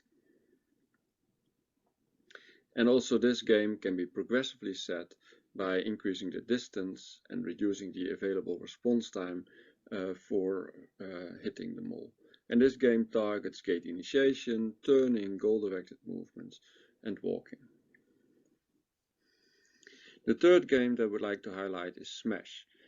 And in Smash, the task is to punch objects from a pillar using alternate punches, promoting weight shifting and upright posture. And also here, the task can be progressively set by increasing the number of punches required before an object falls from the pillar. And here is also turning involved, initiation and walking. And the fourth game is that of Hot Buttons, again a game promoting upright posture and weight shifting and targeting and working on axial rigidity in patients with Parkinson's by having to make axial turns in order to hit the button with the correct hand. And also this one can be progressively set by reducing the available response time and by increasing the number of buttons. With the generous support of a Eureka Eurostars grant awarded to Stroll and VU University, a clinical trial was conducted. It was a feasibility trial examining the feasibility and potential efficacy for improving gait and balance of Reality DTX. As a design, we opted for a so-called waitlist controlled intervention trial with baseline pre-intervention and post-intervention assessments and randomization of the AR headset use, either Microsoft HoloLens or Magic Leap 2, in order to find out if there is superiority of one of the headsets. Reality DTX is a remotely monitored intervention, in the sense that all performed training sessions can be monitored in a web portal by a scientist or by the involved therapist. Therapists can, based on this information, tailor and remotely prescribe the training to the patients to be performed, for example, on a weekly basis in the convenience of their own home and time.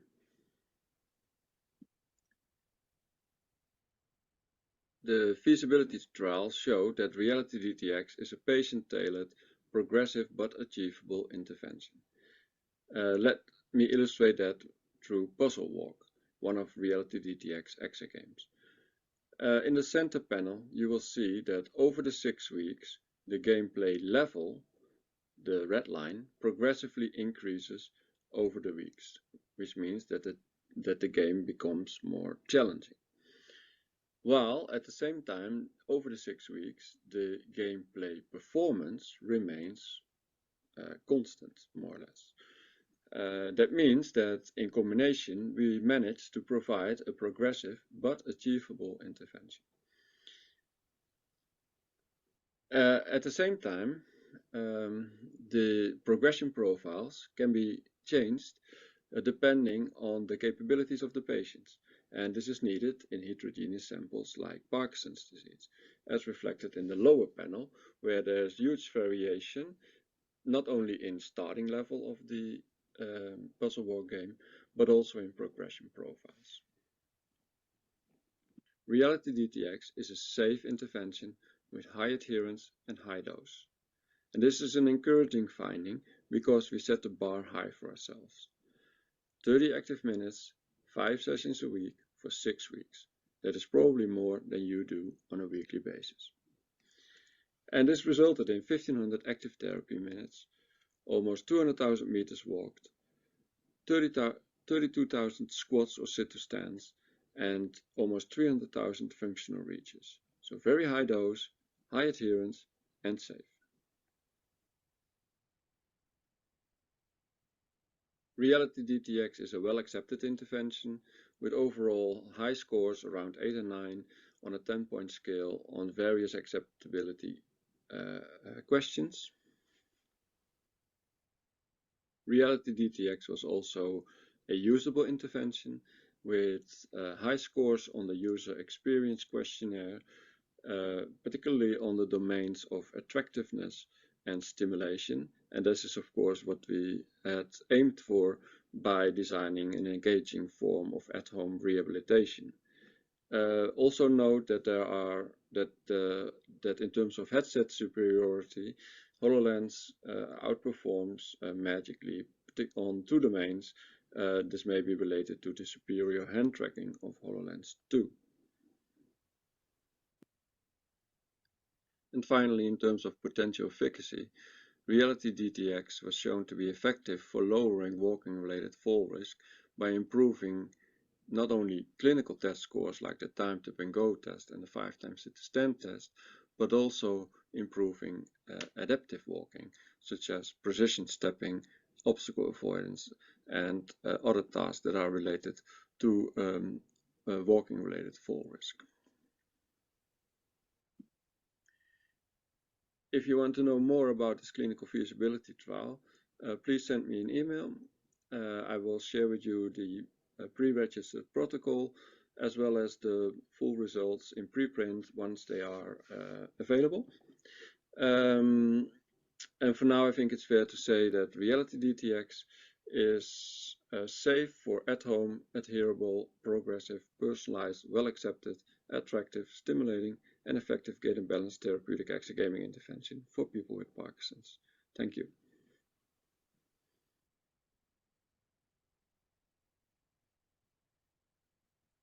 All right. So that's really good. So that is Reality DTX. They're from Stroll. And let me see. We have this one. So if we have any questions, guys, you can connect with them. Just put on your email and I will going to forward your questions with Stroll. So if you can check my Physiogen PT and Wellness, there is also you call this, there is a video with Ben Wayne, and we discuss about the use of Stroll.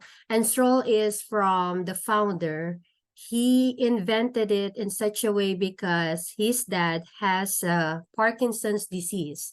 So he's thinking why his difficulty walking, and then that's how the Stroll came up. And they're able to use the device and they're able to do the augmented reality. They can see the different lines on their mats inside their home, even it's not there, right? So usually when we do therapy, we're putting those different colors on the floor. So this one is different colors as well using the glasses. And there's the different apps there as well. So we have Stroll and then Ben Wayne, and I think Michelle Elliott is also good people to check in LinkedIn and we can connect with them. So just email me if you have a specific question because of the time difference. All right. So we can check again if we have, and we will have a lunch break or early break for you guys. Okay. And let me see if you can check this out as well. All right. So we can do those break and we'll check it about before 11 o'clock. So we have 30 minutes break. So I'll see you soon. Okay. Thank you. All right. Let me see. If you have any questions, put it here so you can do your own break. You can eat, you can use the restroom, and we'll see you again. All right. And put your questions here in the chat.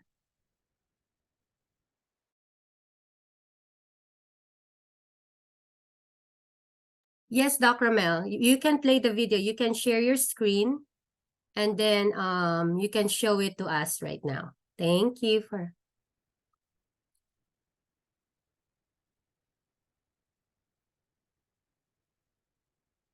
Yes. Be sure there's some music when you share the video or there's a sound.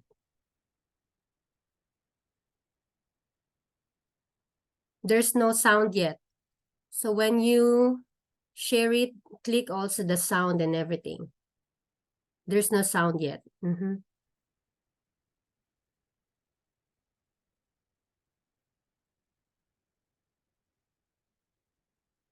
On your Zoom.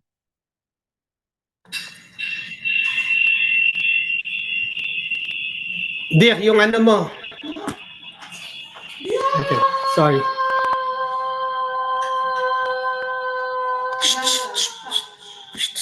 Please.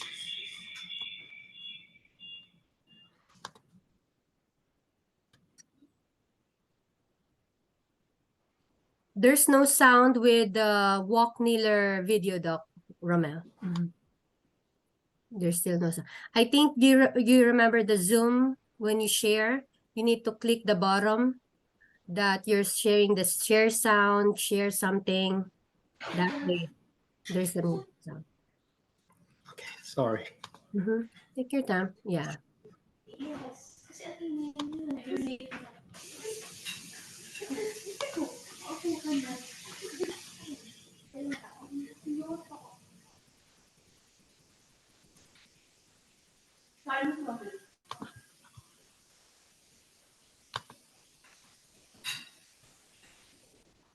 You're wearing apron now, huh? Yes. Lunchtime. All right. We cannot hear the sound. You cannot hear the sound. I'm sorry. Yes. Usually I miss this sound whenever I don't click the bottom when you share your screen. On the left side, there's share sound or advanced. Left side.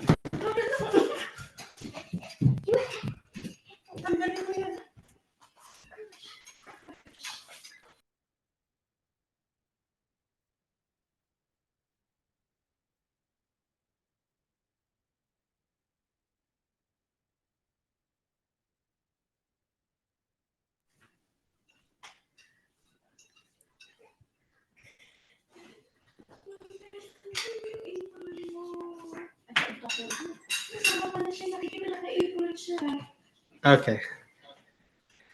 Can you hear the sound now? Play it. No.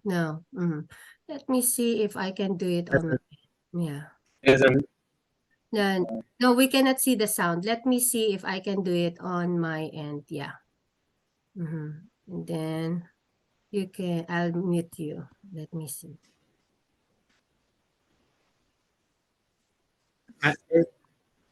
Yeah, at least we can see it, but there's no sound, but that's fine. Yeah.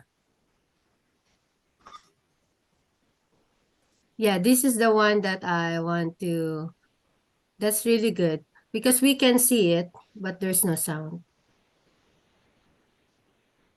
And then you can put it on the chat, the link, that way they can watch it easier in their home. Yeah. I think I even send the YouTube commercial in Balance and Falls. So send it to us and we can post it again. All right. Okay. Thank you so much. You're welcome, Dr. Mel. Okay. All right, so here is, let's see. Mhm.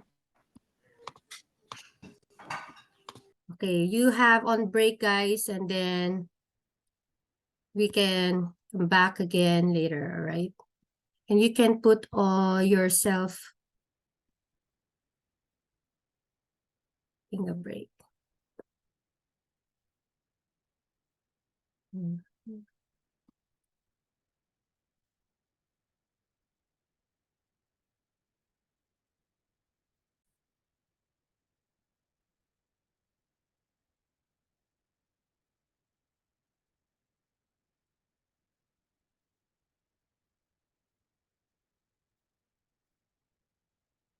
All right, see you later, guys, okay? Thank you.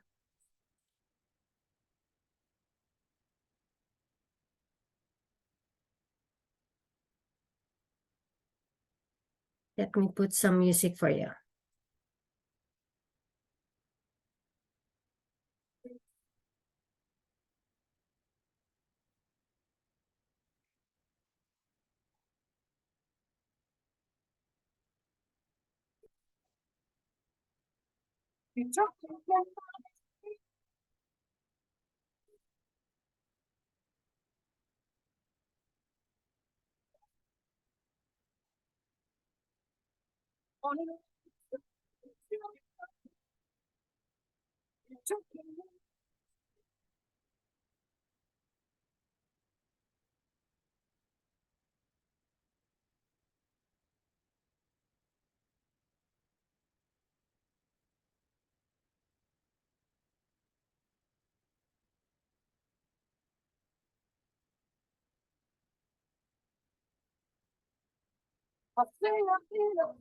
I would like to I would like to thank all of you for joining us for the Innovators Summit 2023.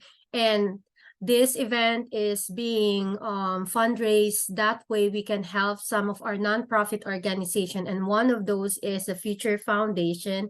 If you are here yesterday, we have Dr. Eleazar Tayag talk about what is Future Foundation, and I am part of it. I am a current treasurer, and it is a nonprofit organization. So if you find something helpful in this event, just kindly donate $1, $2, any amount that you think that will help us to continue our projects and other future projects. So I just want to share with you the webinar or a little bit of video from Dr. Eleazar Taig yesterday. All right. So for some of you that wasn't here, was not able to watch, all right? So let me see.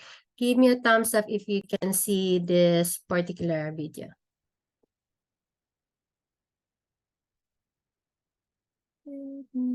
Okay, thank you. If I can turn it on.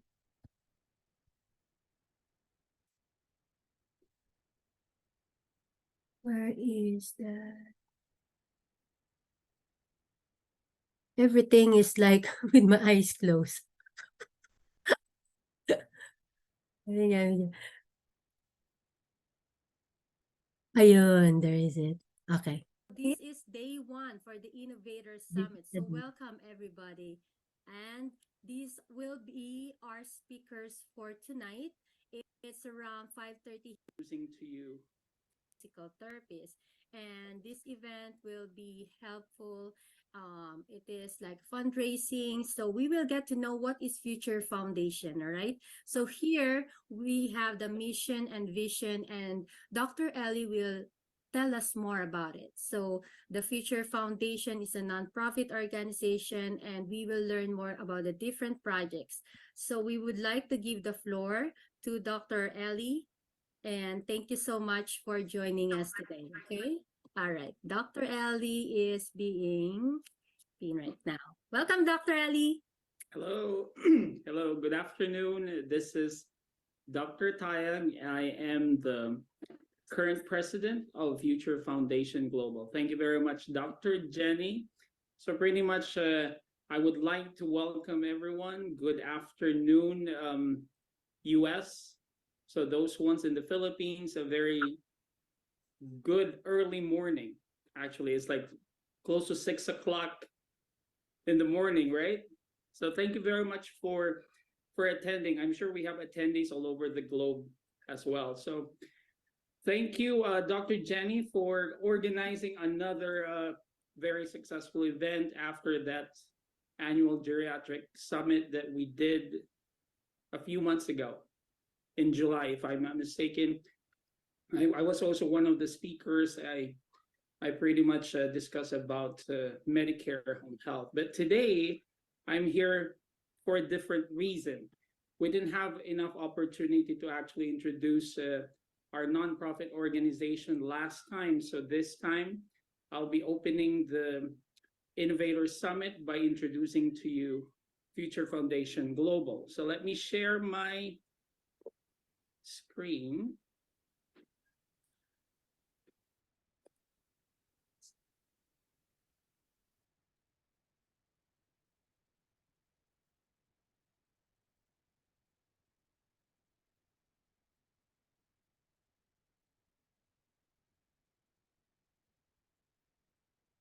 So our foundation is called Future Foundation Global. It is a registered 501c3 nonprofit organization in the state of Nevada. When you say it's a registered 501c3, it means that any donation to the organization will be tax deductible by the IRS.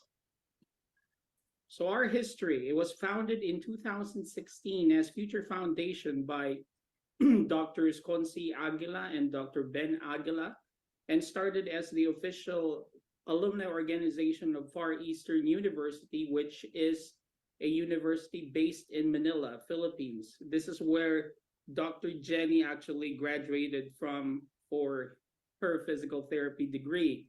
So in 2021, it expanded to actually from being an alumni organization of FEU to accepting non-FEU alumni as member of the board of trustees. And I was the first non-FEU alumnus to be part of the board of trustees. In 2022, Future Foundation was sunsetted, and in 2023, it gave birth to Future Foundation Global. So Future Foundation Global, like what I said, is an IRS recognized 501c3 nonprofit organization registered in the state of Nevada. So Future Foundation stands as a beacon for Filipino physical therapists dedicated to empowering their pursuit for excellence and professional growth. Our vision is a world in which Filipino physical therapists will become esteemed leaders and pivotal contributors in the global rehabilitation community. So through the unwavering support and resources that were contributed by many people and organizations, Future Foundation is shaping an environment where Filipino physical therapists all over the globe can achieve their full potential. So what are the core programs of Future Foundation Global? The first one, scholarships. Second, skill sharing. Third is charity. Fourth is community. I'm going to share to you our different projects all over the years. For scholarships, we have the Ad Astra Scholarship, which is the only scholarship grant benefiting Filipino physical therapists that offers opportunity to obtain tuition assistance for transitional doctorate in physical therapy, this is in partnership with the University of Montana. And we also do mini grants like what we do with annual geriatric summit, like Dr. Jenny, where we provide free grants to multiple physical therapists all over the world so that they can see the summit for free. So these are our first two scholars of the Ad Astra Scholarship. Dr. September Bronio actually already graduated, and Maria Angela Borras, she already finished her DPT, but waiting for her graduation. So in the last 2 years, we have 2 scholars. We also do skill sharing. So through through a Future Foundation, we were able to facilitate with a partnership with University of Montana Rehab Essentials and FEU to provide Doctor of Physical Therapy program for global Filipino PTs. When I say global Filipino PTs, these are PTs that are located all over the world except the United States. So they can actually avail of their DPT program virtually or online through University of Montana. We also have done seminars and workshops like this annual Geriatric Summit or Innovators Summit. We have also conducted several seminars. Myself, I did one in June at the Lyceum Northwestern University in Dagupan City, where I graduated. And also a lot of the board of trustees of Future Foundation Global are very active. We have few APTA leadership scholars. We have speakers, keynote speakers, presenters in the different APTA CSM conferences and APTA state conferences. So this is a collage of some of the seminars or the events that we did conduct. We also do charity work as well. So during the pandemic, we did donate a lot of PPE, personal protective equipment, and medical supplies. We have done, sending condolences and sympathy flowers to those of our colleagues from the Philippines who passed because of COVID-19. And also we offered financial assistance for medical illness costs. We are also very active in community building. For example, Future Foundation and Inspire Swaits, which is the Indian Physical Therapy Association, we have spearheaded the APTA ALI Multicultural Catalyst Group. We do a lot of social networking in person and virtually as well. We have the Future Foundation website and community, which is very active on Facebook. And also we do patient advocacy. For example, we started Kilos, which is a Filipino term for movement, Kilos PT, which pretty much advocates for patients and communities to move and exercise. And also we do a lot of professional advocacy. So these are, some of the pictures of this community building programs. So this is the board of trustees. There's like 11 trustees currently. I am the current president.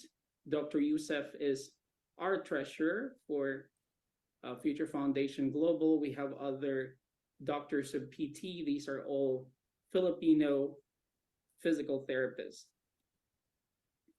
So I want to invite all of you to join us. And if you have, any amount, even just, one Starbucks coffee instead, it can make a big difference. So, if you want to donate anything, $1, $2, Starbucks coffee or whatsoever, this is our PayPal QR code. So that's it for me. All right. Thank you so much, Dr. Ellie, Dr. Tayag. And if you have any question, guys, always, if you have any question, just feel free to always ask us. Dr. Tayag, how can we connect with you? Any emails that you can put on the chat if they have question? Yes. Let me see. Our email is right here. It's trustees@futurefoundationpt.org, but I'll also type it on the chat group. Yes, thank you so much. All right, guys. So thank you for all your support. just attending the summits, different summits already supporting us. And then we even have the Future Foundation Global Facebook page. You can share your different thoughts, and also if you have nice things to share, even that's related to physical therapy or any updates, articles, you can always feel free to share with us, okay? And if you want to know more all about us, the officers, the different board of trustees, what we do, we already have highlights here. So Dr. Tayag, thank you for all the support that you're always doing for us, and also your leadership. All right. Thank My you. pleasure. Thank you, All Dr. right.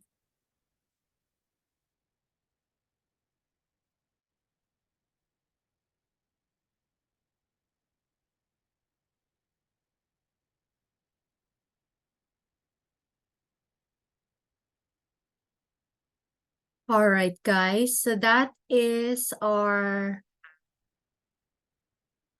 Dr. Tayag.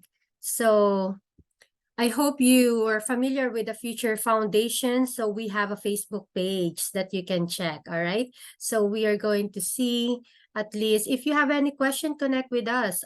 You know my email too, so you can always check it out. And then we have our next, let me see. I'm going to share you. It's not here yet. We have Tammy and Todd Giverson as our two speakers. After this, that will be the last two speakers that we will have. All right. So just while waiting, we'll share this with you. Okay. These are our Day2. So that's, let me see here. We're done with that. We took a break and here. All right.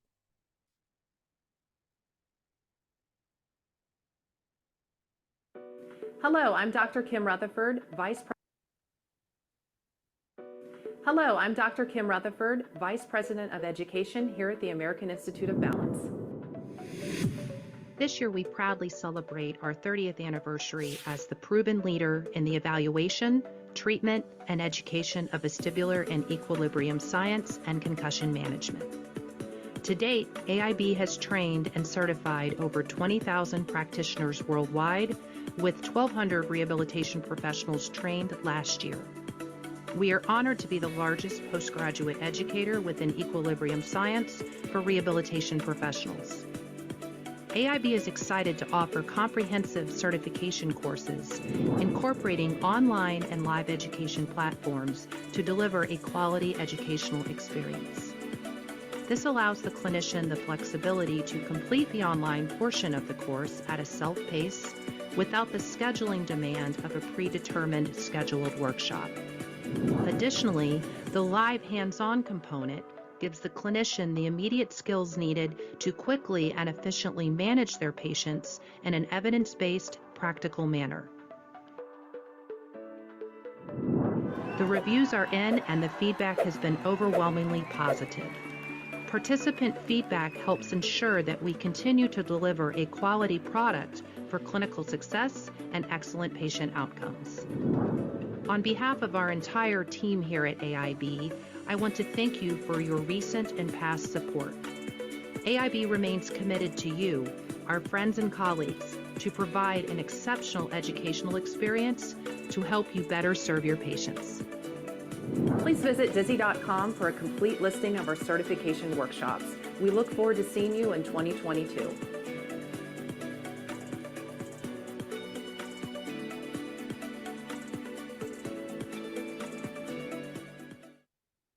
All right. So I hope you watched that. Did you able to see that and with the sound?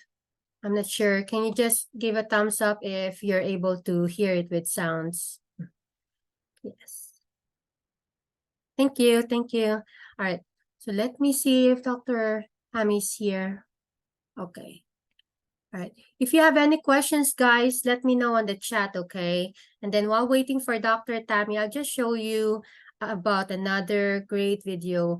If you're not familiar, I have a FishGen PT and Wellness YouTube. I do some interview with different innovators, physical therapists. They're giving lots of tips about research, leadership, how they grow with their physical therapy, the different webinars. Some of them I've put it there as well. And I told you before about Stroll. I interviewed Ben Wayne. So let me see if I can put it here while waiting for Dr. Tammy.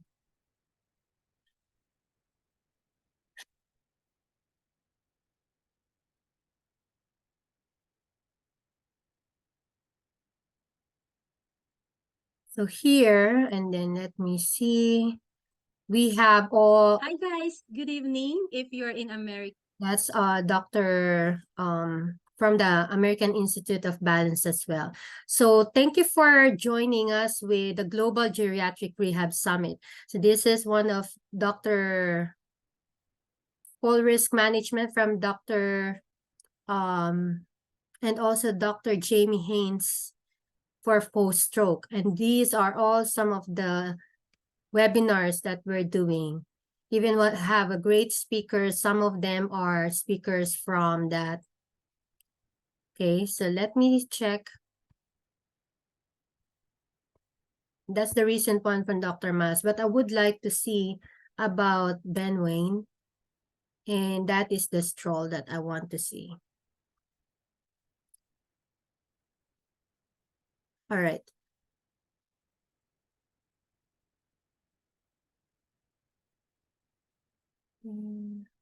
I hear how to manage Parkinson's disease. Okay. Hi guys, good morning if you're in United States of America, and good afternoon if you're in England. It's our first time to interview a therapist, innovator, entrepreneur based in England. That's amazing. Another thanks God it's Thursday again, once again. Everybody, thank you so much for watching and listening to us. If you are in United Arab Emirates, salam alaikum and welcome if you are in Philippines. All right, it's me again, Dr. Jenny Yusuf, physical therapist and doctor of physical therapist, vice chair of Global Health in Aging Adults, and also certified exercise expert in aging adults. You are in Fishogen PT and Wellness podcast. And thank you so much. For our Thanks God It's Thursday, we have Ben Wayne. And Ben is a physiotherapist or physical therapist based in England. He is a neurospecialist. He has more than 10 to 15 years of stroke physical therapy education, not only education, I mean experience, Parkinson's disease clients and expertise. And tonight, he will going to tell more about what is a stroll. Stroll is really another innovation and his experience for Parkinson's disease clients, all right? He's working in NHS, National Health Service, and majority of you knows about that, and it is based in England. Without further ado, thank you so much, Ben, for this wonderful opportunity for us to listen about your experiences and your knowledge. Thank you so much. Welcome, Ben. Thank you, Jenny. Thanks for having me. Hi, everybody. You're welcome. Yes, you're welcome. So tell us more about your experience. You told us that you're a stroke physical therapist and specialist in neuro, especially is in Parkinson's disease. What are your experiences or things that you remember the most that you want to share with us about your experience? Oh, well, I suppose over a 15 to 17 year period, I have quite many different experiences.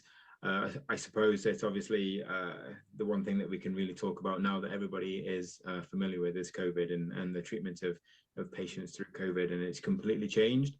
Before COVID, it was very much hands-on physiotherapy or physical therapy.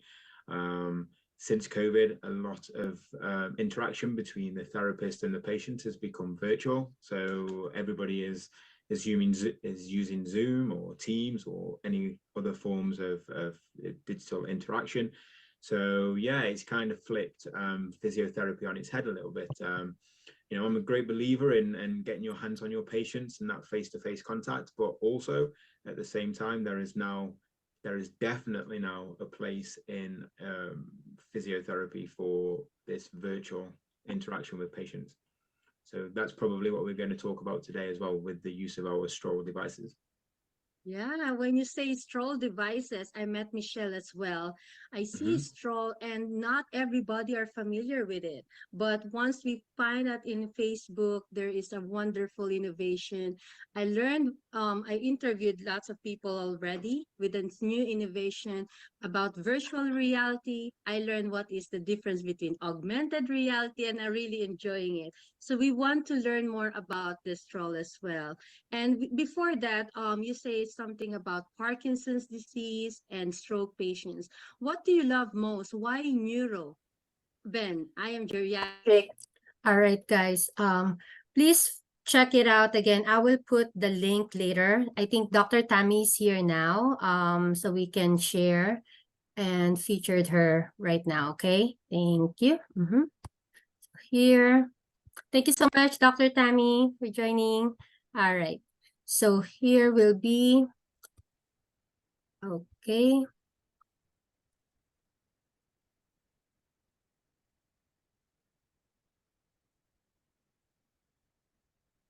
All right, Dr. Tammy Keller Johnson is a professor at Western University of Health Sciences in Pomona. Guys, can you see my PowerPoint? Yes, thank you. All right. So Dr. Tammy is a professor at Western University of Health Sciences in California and a physical therapist with experience treating individuals with adult neurological disorders for the past 20 years at Hoag Memorial Hospital in California. She was the primary PT on a neurovascular telemetry stroke unit. On the stroke unit, Dr. Johnson played a role in developing and training rehab and nursing staff. Prior working in outpatient neurological services, she worked with clients having TBI, SCI, and other comorbidities as they experience the community reintegration setting through the CARF or Certified Transitional Living Center. That's really amazing. So that's awesome, Dr. Tammy. Thank you so much for joining us. It's our first time to connect with you. We can see you now. And also, hello, and you are also a co-host. That way you can share your screen. All right. Yes, we can see your screen now. Perfect. Hello, everybody. Thank you for the great introduction there.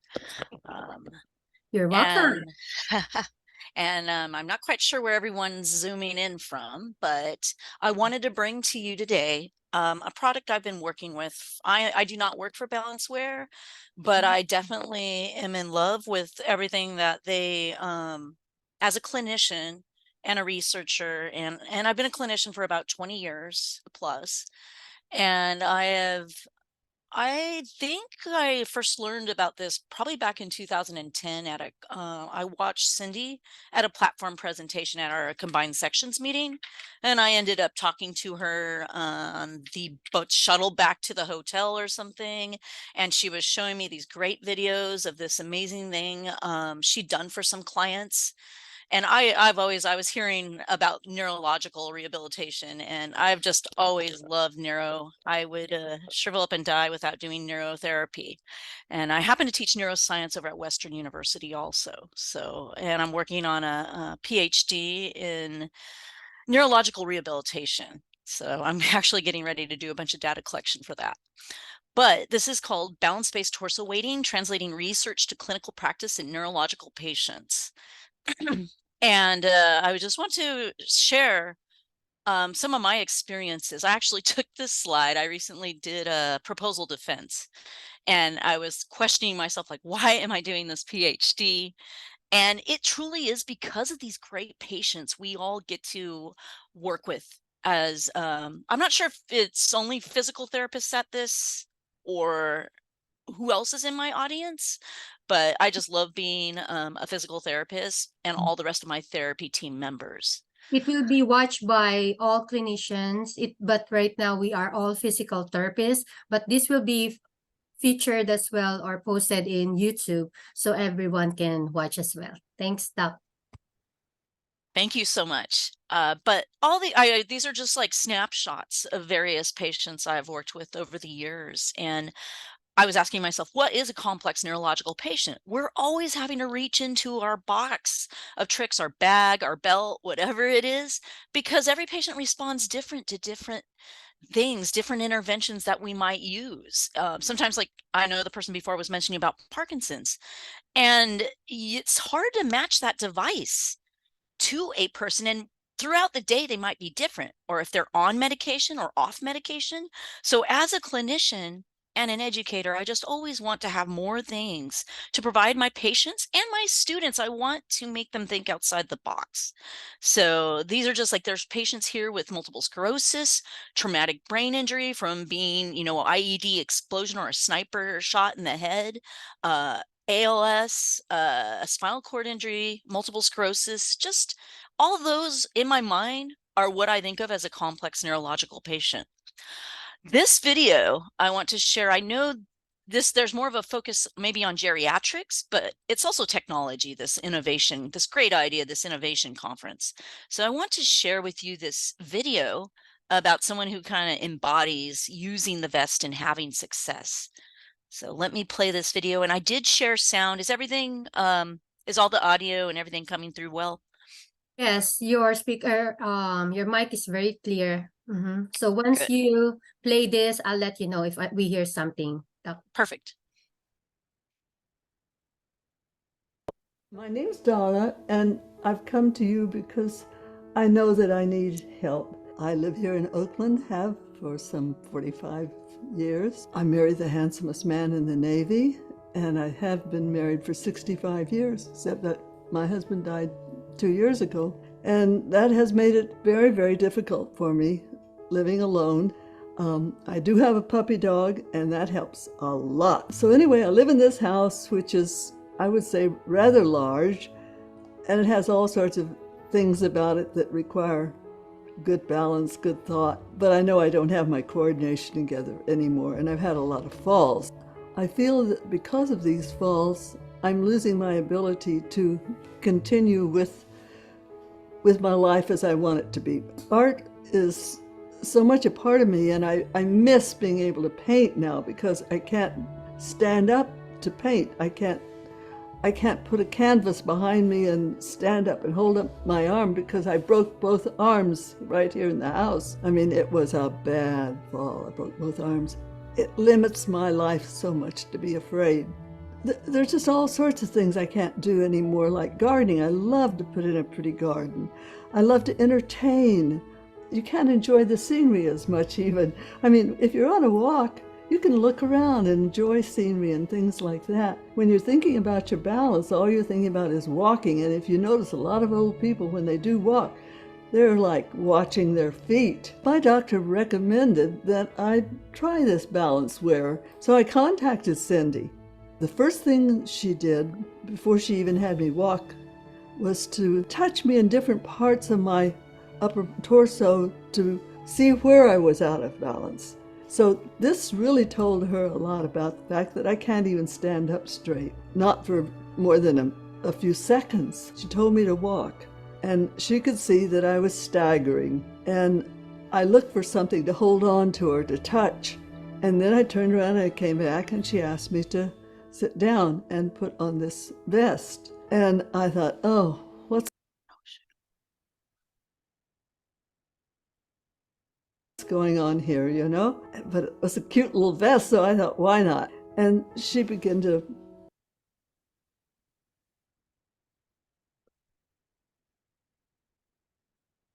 touch here and touch there and put a little weight here and a little weight there.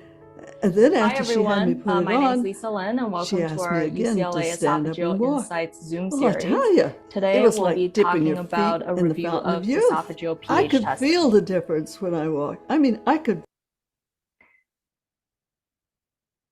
feel it. It was exciting, but again, I tried to hold back a little bit because I thought, something's here. I can't believe this is so true. Oh, but then we also went up some stairs. I remember that. We didn't have the vest on that time. And I went up the stairs. Of course, I have to hold on. It's one step at a time, one step at a time. Just like at home, I have 17 steps I have to go up and down every day, dozens of times. And then she put on the vest, and immediately I went up consecutively. I could feel that I felt in balance so much better. I felt free. She had me come back and she had me put on the vest again and stand up, and then she asked me to move my arms around. And then I know what I felt like. I felt like a bird. I mean, I was having fun.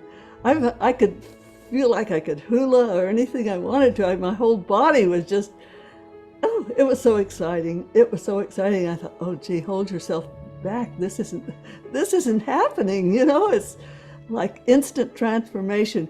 In other words, it was so good, I couldn't believe it was happening. If this continues to work the way I think it's going to, the way I have confidence that it will, gosh, this will change my life. I'll be able to paint again. I'll be able to stand up. I'll be able to take my dog for a walk without being scared. I'll be able to go into a grocery store and pick out things without worrying about losing my balance. I'll be able to have some fun again. I'm so happy that I have found this balance where once you feel confidence that you can hold yourself upright without a cane every single minute, that's beautiful. So I'm sold on balance where I guess that's all I can say at this point, except thank you. I'm really grateful that someone has put so much of their life into trying to give life to someone else.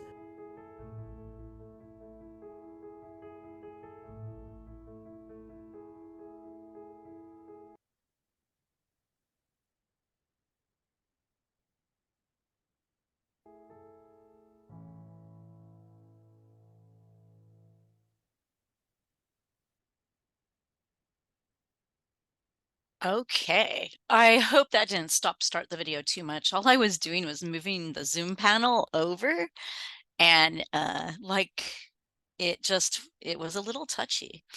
So, but I feel that video very much captures how life-changing the Balance Fest can be. Oh, thank you. I love the little reactions. I did see a few hearts and thumbs up floating up. That's a great touch. So what I did is I ended up I'm going to share with you some stories, because as clinicians and therapists, we all enjoy working with our patients and the differences that we can make with our patients. So I'm going to highlight a few cases.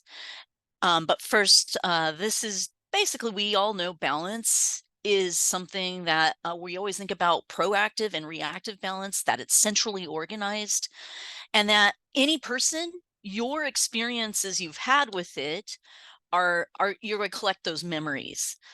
And if without balance, we just can't even be independent. And going back to if any of you are using computerized balance testing or even more low technology and balance testing, we know we're always trying to test the visual, the vestibular, and the somatosensory systems. And this balanceware definitely hits all those systems. I really love using it with those that have like sensory integration issues. I've just found so many different uses with different kinds of patient populations over the past about 14 plus years that I've been using it. So the cerebellum, as a neuroscientist, it's in fact, I'm giving a neuro practical in 2 weeks where we lay out all the different brains. And so this cerebellum is just so critical for balance. People have been using weights on the body since like 1939 it was published, and especially with cerebellar deficits. But this vest I've seen great results with patients that necessarily isn't only the cerebellum. I've had patients with incomplete spinal cord injury that really respond well to this vest. And then also there's a lot of geriatric emphasis here today. And there's just so many different diagnoses that are overlie one another, and that this can help as an added input. So some people imagine like the vest that you just stick on that has a ton of weights. Or I always encourage my students that maybe they don't have a balance vest kit with them. Maybe try using a weight on an ankle weight, a 2.5, 3.5 pound ankle weight on a foot, or maybe putting a little weight on the wrist. Be creative. So if they're responsive, maybe then they definitely should do a trial. So weight is a very useful thing for augmented feedback to the body. And this is just showing the basic like clinician fitting kit. And I highly encourage you really, the things I learned from I actually have taken Cindy's course a couple times, and then I've met up with her at various conferences for very interesting patients to solve. And I've Zoomed her for clients that maybe will travel from out of the country and stop in LA, and I will fit them for a vest. And I just want to make sure before they go back to their country that I've done the best possible weighting of them. So I've learned something. Every patient teaches me something more. So that's the basic kit. This is just an example. I have helped teach some of the courses with Cindy, and these are two of the clinicians I work with on a very tall patient. So it is amazing. I think this illustrates that just putting the slightest weights on a body this tall, um, it can have an effect on someone's balance if it's placed in just the right area. I think of like NDT or any kind of facilitation techniques. And I feel like this vest is like sending your hand, the therapist hand, home with the patient just to cue them a little in the right spots. So this is, we did fit this gentleman with a vest, and he did have some pretty good results with it for his function and balance. And he was a cerebellar degeneration patient.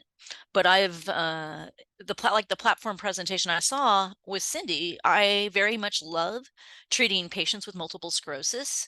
And this product is just been I fitted a friend of mine I've known since 8th grade on Christmas morning, and I did this bounce vest. She was using a cane and pretty wobbly, and she didn't need the cane after I fitted her. So that is just like one of those Christmas morning stories that I love to share with my students.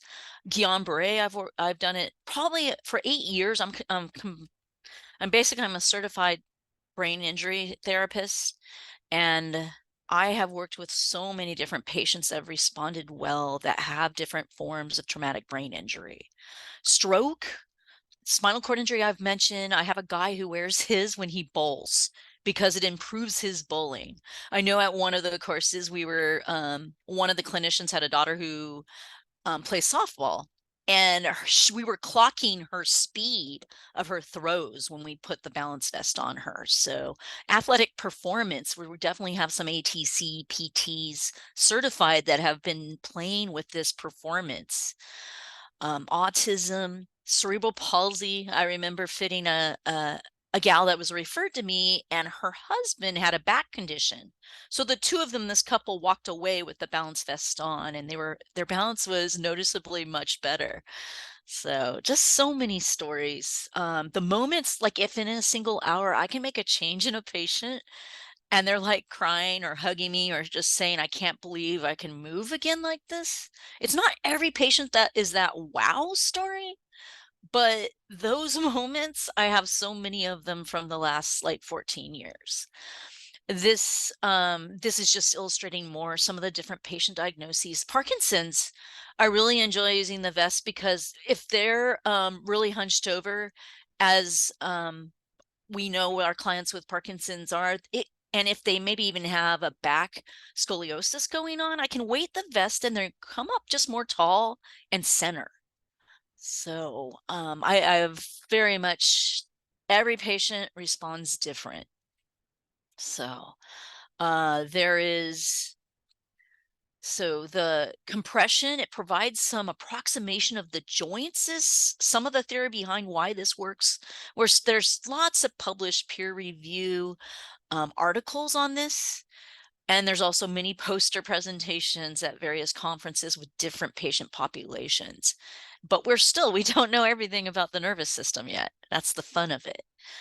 The biomechanical properties that when we're putting the weights on the front of the body, you definitely know if you give a perturbation and the person's falling more like to the right, and we counterbalance it, and they are more upright in the middle because of that counterbalance weight, there's definitely a biomechanical influence with using this vest in such a specific matter. I always love throwing in, there's this series of books, Growing Old Isn't for Sissies, and they have these great pictures of different patients, subjects doing great things. And I was at University of Oregon for one of my degrees in motor control and worked with Marjorie Willicott and Shumway Cook. And the Nike's Masters Games was just such an awesome thing to go out at Autzen Stadium and see. And you'd have people who are 101 years old running the 100 meters or throwing a shot put and all the different track and field events. So I always remember those Nike Masters Games that go on still. I was a member of the Traumatic Brain Injury Edge Task Force for the American Physical Therapy Association. That was just such a great year-long experience where we looked at about 122 outcome measures for traumatic brain injury. I want to share with you one of the cases that I used the balance vest on. In fact, this patient I have her come in and Zoom in for my class when I teach.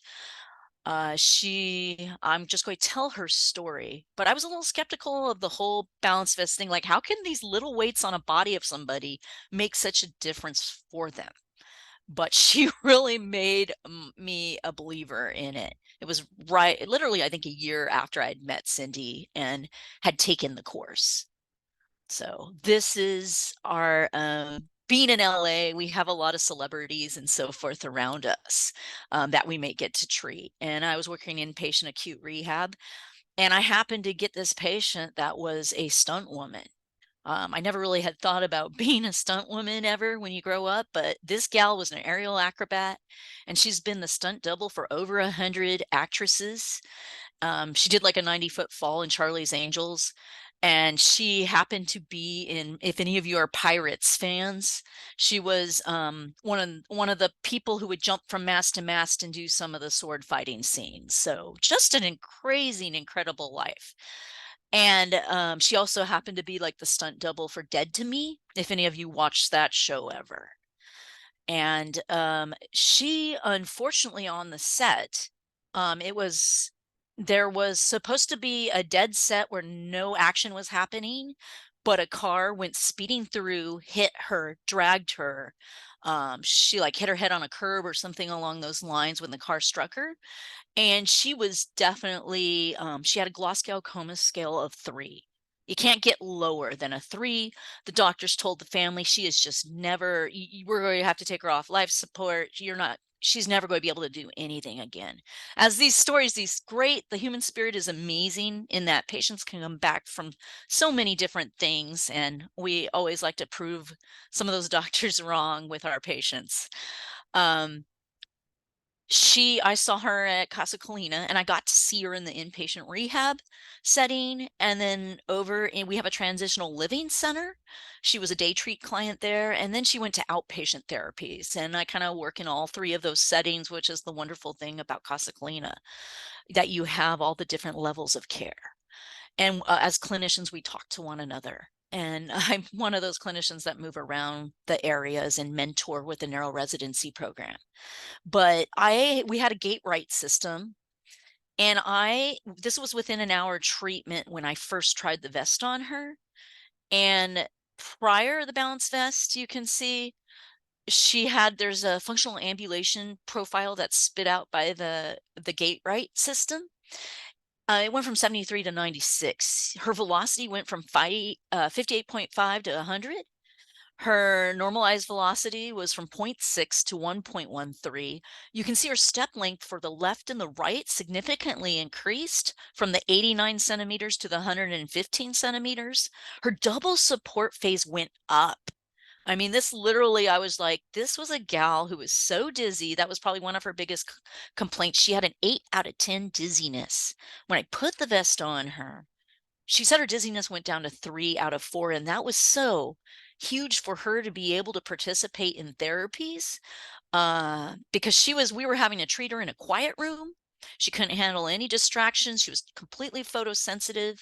So with this fitting on this treatment, she had a single point cane and meniscus, but she went to basically supervised with no assistive device. And the dizziness was life-changing for her at that moment in time, because this is a person who is used to being able to jump from mast to mast in Pirates of the Caribbean. This is me working with her on some vestibular rehab, and you can see her she's wearing the clinician version of the vest. And I would use that for treatments with her as she was. This is the inpatient rehab setting, and you can see the gym here, using some sensory, doing our vestibular rehab with head turns.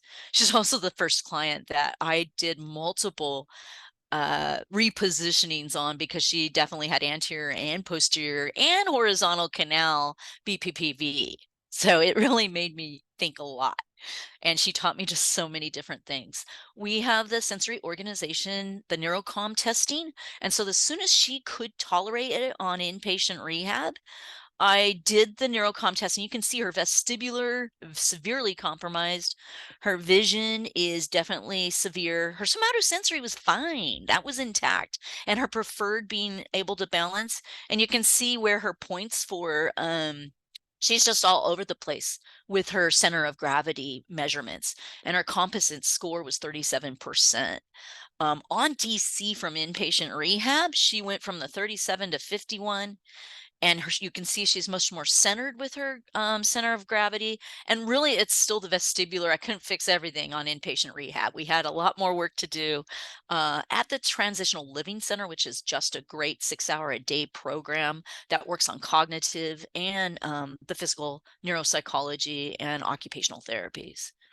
This is her back on the job. She still is, her daughter's a stunt woman. She is a consult. She consults on making sets safer for all the stunt people in the industry. And I always emphasize, like a stunt woman must make all the right choices, a physical therapist or therapist must select all the right measures, because I really use different outcome measures to justify her continued treatment. So another case I would like to talk about this is a more recent case. I have had we mentioned COVID. I've had several patients with COVID that have sustained dizziness that I have trialed the vest on.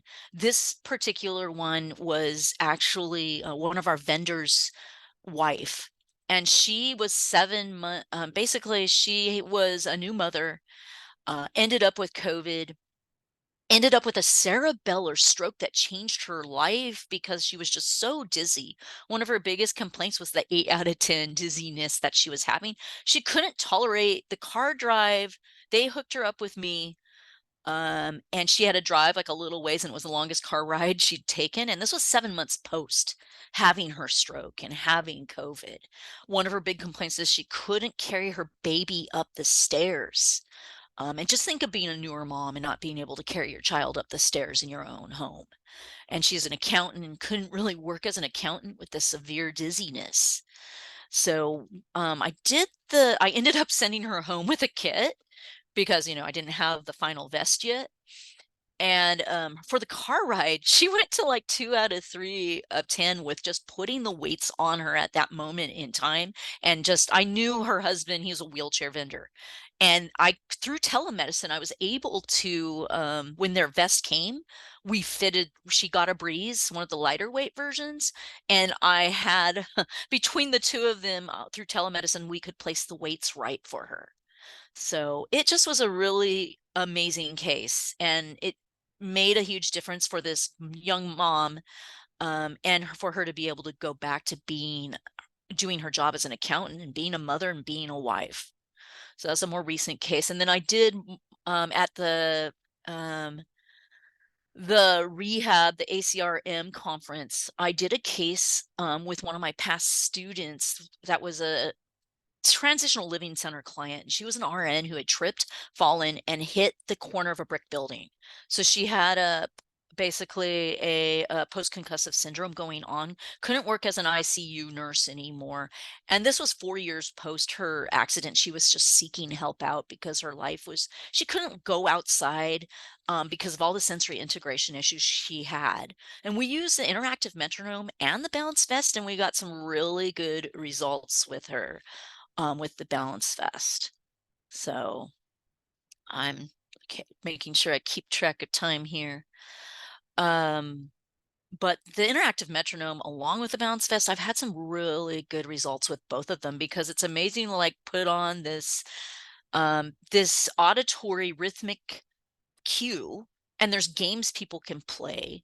And so it is so important not to just fit someone with a vest. You want to also do skilled therapy, and they can tolerate just so much more skilled therapy with it on.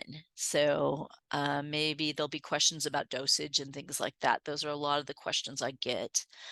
This is just like, I want to emphasize that typically some of the research is showing that 0.5 to 2% of the body weight, that's just so little of the body weight we're placing strategically to help give the person the right cues to be more in the midline and be more functional with their balance, and not like Donna at the beginning, the video clip I showed you of the artist, it, for her just to be independent in her own home and to be able to stand up and move a canvas to do what she loves and paint is just so life-changing. I have lower level patients like with end stage MS though. With the vest on, they're able, I had a gentleman, he was able to do independent wheelchair mobility with the vest on, but without, he really couldn't push the chair at all. Or to be able to transfer safer, or to be able to, what I really love is I want to see more occupational therapists get trained, and speech therapists, because swallowing, we've had differences with vision and we're trying to document. I will notice that if someone's having really bad nystagmus and I do a tug, that with the vest on, if it's fitted right, their eyes are just a lot steadier. And so we've actually had optometrists. I work with a really amazing neuro-optometrist that I need to start documenting more of these changes we're getting with vision. But I just can tell with the patients that they're more centered. And I have patients with MS where if I just move the weight a little more up or down, they know where it needs to be. They're so dialed in and sensitive to their systems. So I don't have to think to move. I don't have to concentrate on balancing. I feel a lot safer. I don't feel so old womanish. There's just so many different quotes we've heard from clients who have the wows, those patients that are just, it is just a huge difference for them. And I just want to thank Cindy Gibson Horn for bringing this. I mean, she was a therapist. This is a passion of hers, for Rehab Without Walls, and tried it on a client named Mary. And it just really is a life-changing thing for a lot of patients. I've had more patients just like cry on me and things like that. So just from a clinician standpoint, this is one of those tools I like to keep in my bag. I like to teach it to my students too, to hopefully make them think outside the box with everything and anything with their patients. So I have a few, yeah, these are just slides I put at the end in case there were certain questions. I can, if anyone has questions, I am here to answer them.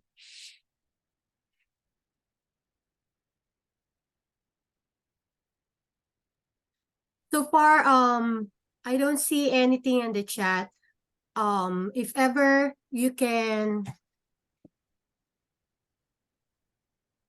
Dr. Tammy, you can put some of your, what do you call this?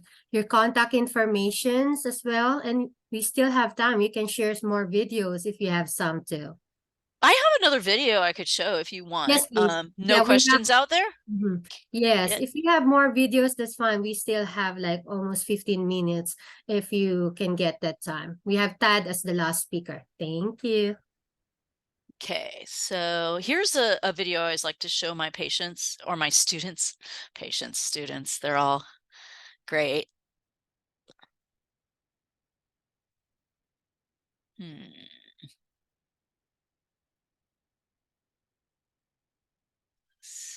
they were, oh, here.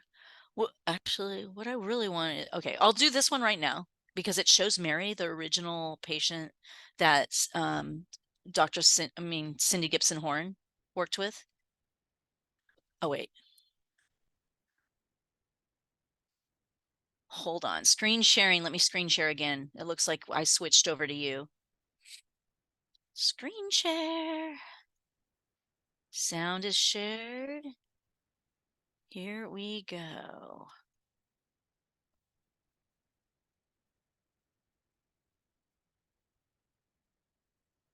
ABC 7 News at 6. For patients suffering from multiple Just make it a little bigger. This is ABC 7 News at 6. For patients suffering from multiple sclerosis or other degenerative diseases, just controlling their own bodies can be a real challenge. But now a simple device invented right here in the Bay Area is helping a growing number of those patients move far more smoothly. Health and Science reporter Carolyn Johnson takes a look. And try to stay upright. Okay. And whoa, okay. Let's take your feet apart a minute. For Mary Spencer, just standing up straight can be a challenge. Multiple sclerosis has left her muscles prone to wild movements. You can't tell what direction is what. Your body doesn't know what's up or down. But she says her ability to move normally has improved dramatically over the last few years, not from taking medication, but simply putting on a vest. This is the Balanceware assessment vest, and it's Velcro receivable on the outside. The vest called Balanceware is the creation of Oakland physical therapist Cynthia Gibson Horn. She designed it to compensate for involuntary movement and loss of balance using a system of counterweights.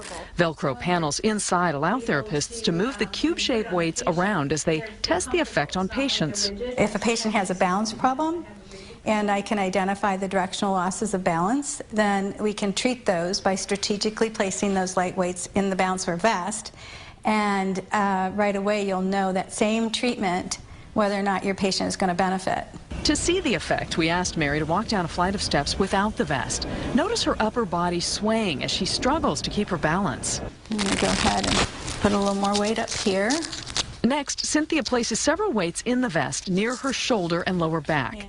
Back on the steps, Mary's gait is noticeably smoother, and she says more controlled. At first I thought it might be too heavy, especially when she added more weights, but it's not. It feels good. It's like I'm stabilized. And if you think about balance, it's the foundation of movement. So you couldn't even sit unless you had balance. Cynthia says more than 400 patients have been fitted with the vest. Research teams at 2 universities have now received a grant from the National Institutes of Health to study the device's long-term effectiveness. For Mary, the results have already been life-changing. I have the freedom to move without thinking, where do I need to be? How do I need to stand? Carolyn Johnson, ABC 7 News. Wow, it's like looking at a miracle, isn't it? Well, the vest system comes in 2 models ranging from about $800 to $950. The more expensive version is covered by Medicare, but the other one is not.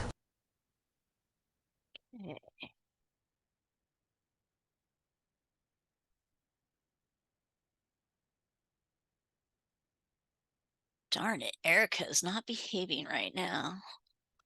So, are there any questions out there?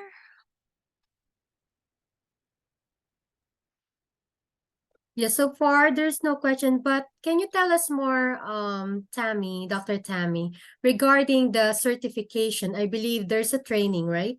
And then that's how we are able to do some fitting.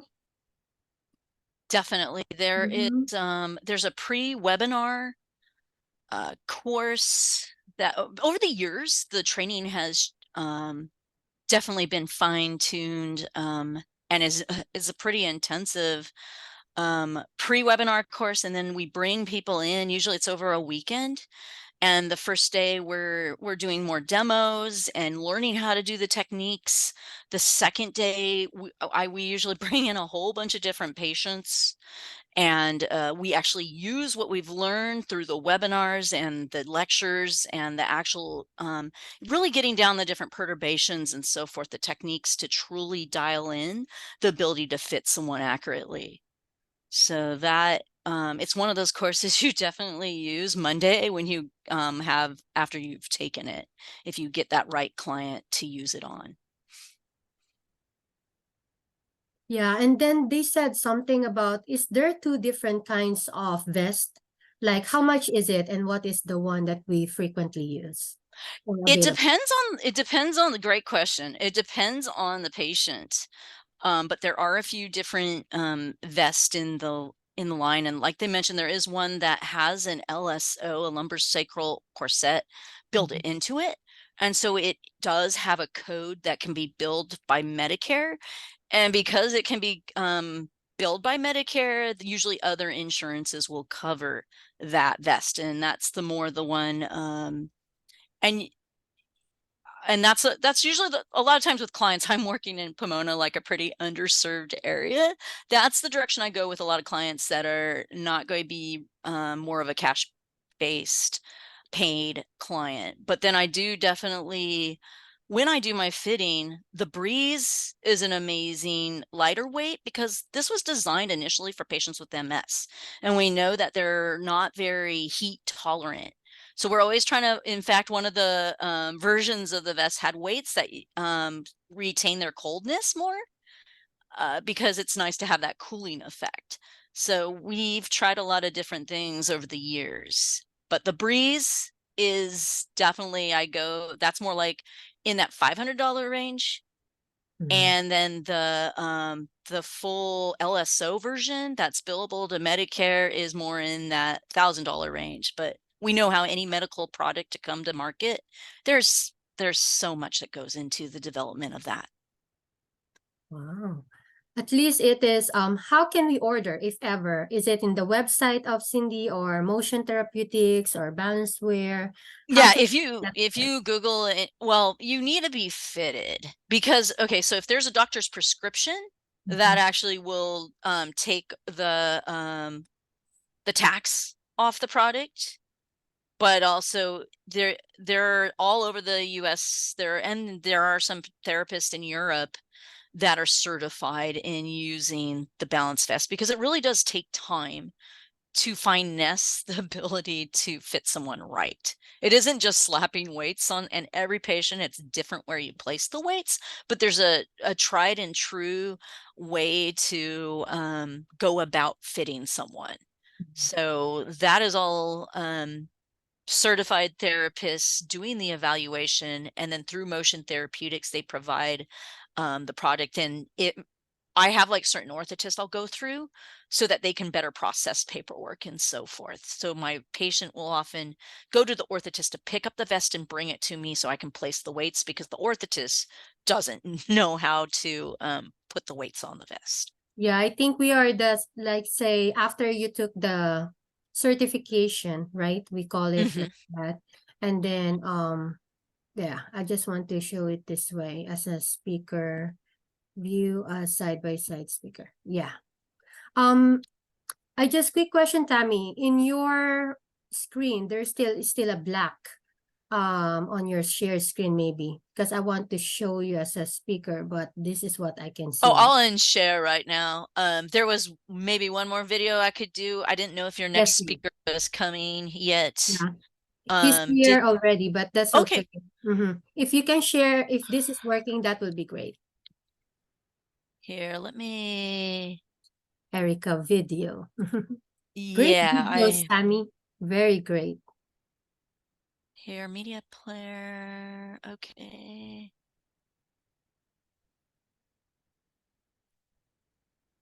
Hi, my name is Erica, and I have been diagnosed with... be able to get Erica up here. Here we go. Share. Because I had it handy on my computer, but I love this video too. Because it really shows a patient with MS. Yeah. Multiple sclerosis. I've had it for a little over 3 years. I was an athlete. I could move around. Now my mobility has been deterred a lot. My balance, just to try to stay up and not teeter over, very exhausting, very hard to do. The walking is the most, to where when I'm walking, I'm tipping over. Do you fall? Yes. I'm getting a sensation now to where I don't even think my left leg is remembering how to walk. Okay.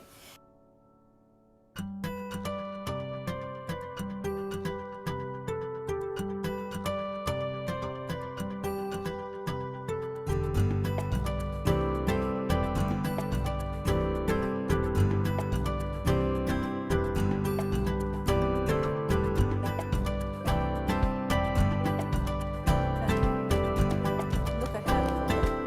Okay, eyes closed.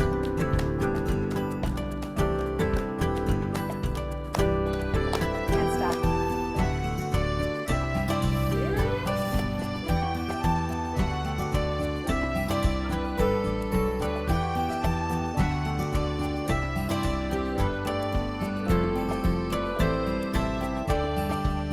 Remember before you could hardly lift it? How about the other side? Very good. This.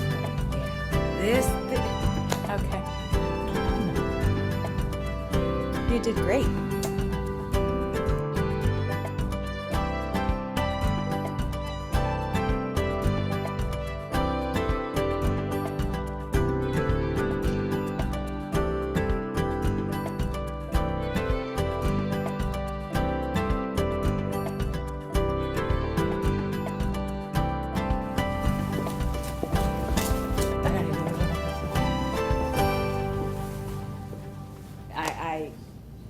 I really don't know what to say. This beyond exceeded my expectation. This really was an answered prayer. Thank you so much.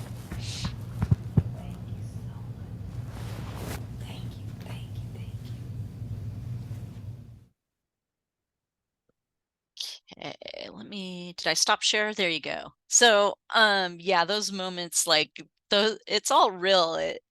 It's amazing when I have that happen with a patient. So it's been nice to share this with everyone here today and in the future, since it's a recording too. Yes, yes. That's really that's really touching. I was a little bit emotional. Oh, I just love that. That's one of my, and there's another one. If you go to this site, Bridget, I like the Bridget video too. That was the very first like video I saw. It was this patient that had a tumor resection, and she just wanted to be able to like jog again. And like Cindy just like put the vest on, and she like literally starts crying because she suddenly just, you can see on her face where it just gave her the cues she needed to do what she wanted so badly to do. Yeah, it is really like the positioning of the different weights. What will be the small, this will be the last, and then our last question for this. Our speaker is here, so thank you so much, Dr. Tammy. So if they will ask us as a physical therapist, and then the patient will ask, what will this vest does to us? How does it work? By just putting the different weights on a specific parts of the body, what does it activates? Does it activate the cerebellum, or just because of putting on that certain part because you're doing perturbation, right? So you're doing it most probably on the opposite side just to balance it. I know we need more training on that. But what's the basic not medical term or layman's term that is easy for them to understand, for them to comply or try it in the beginning? Because this will be really good for them to try or fit in. When I'm talking to a patient, I try to just not bias it at all and just say, I think, I really want to try this on you to see if it makes a difference, because I don't want to bias them in any way. But we also put the weights on the back, and that is more like, it kind of equalizes the strength. It's crazy. If you do it right and you apply rotations to the body, before and after, and I do it with all my PT students, you can make a person worse even, but usually we want to make our patients better. But when you're putting the weights on, it actually like cues the whole nervous system. And with different kinds of diagnoses, it's definitely affecting different things. Some patients, I really do think there's a lot of cerebellum involved because they will hold on to it for 20 minutes after you take it off. And that's about what we think about like as the memory of the cerebellum and all that sensory organization. But different diagnose, and then some people like the stunt lady, she didn't need to have a vest. She went to the level above and beyond, but it's really what probably accelerated her recovery process at, at a critical period of time. And she was one where if I put 1/8 of a pound on her, she was just, her system was so dialed in, that that 1/8 of a pound makes a difference. And we actually have 1/16 pound. When I do the little kids, I use the smaller weights even. This is really good. Even Danielle said that it's just now that I became aware of this vest. I hope it becomes known globally. This is such great help to patients. Yes. So we have Dr. Cindy in the initial geriatric rehab summit.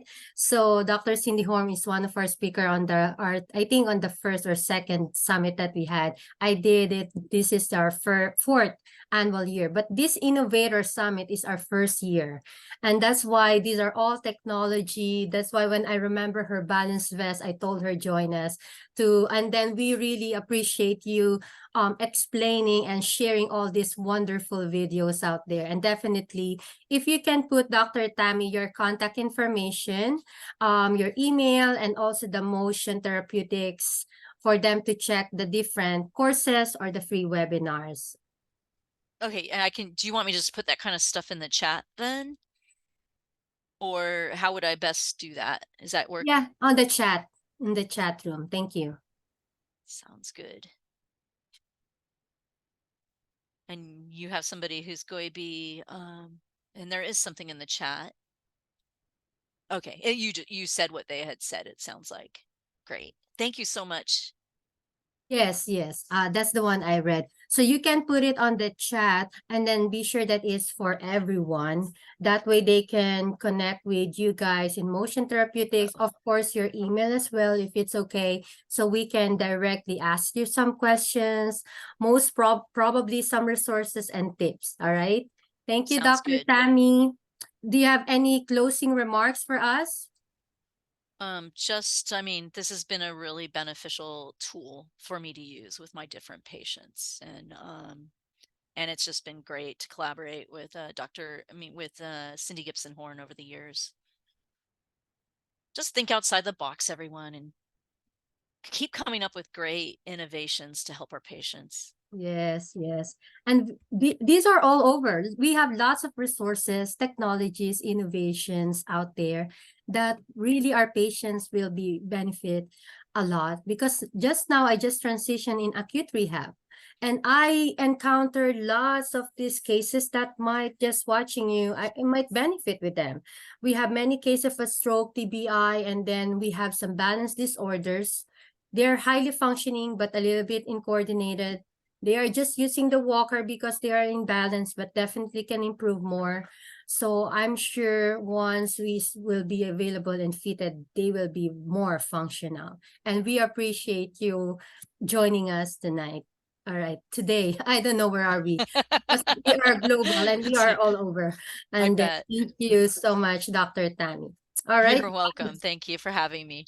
You are welcome. Please put all your information and questions, and Dr. Tammy put her email on that. And I will going to forward her information as well on your information once I send on your emails, once I send the recording of this, okay? And this will be also available in Physigen PT and Wellness YouTube. All right. Thank you again, Dr. Tammy. So with our next speaker, so that's Dr. Tammy.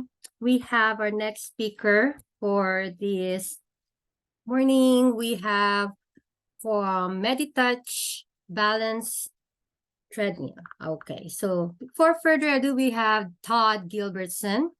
Todd is the Director of Sales for MediTouch USA, which is the master distributor in North America. for the MediTouch product line, including the Balance Tutor for directional perturbation treadmill. And that's what we will learn more for today. This morning, Todd will share more with you about this game-changing technology that brings safe, measurable, and reproducible results to perturbation balance training. All right. Todd is coming to you this morning from MediTouch USA Mobile Showroom. He's currently in Las Vegas. Thank you for joining us, Todd. If you would like to have a mobile showroom presentation of the Balance Tutor, you can reach Todd and he will going to put his information there. So the Balance Tutor will be here. He will explain how does it work. And it's a world's first clinical perturbation treadmill that safely and accurately enables a clinician to operate. So we will learn more about that, okay? So let's see if I can see. Oh, Todd is here. All right, so let me pin you. Thanks for joining, Todd. We really appreciate you. So you're in Las Vegas right now? I am in Las Vegas right now. Are you with Jeff? So everybody's there?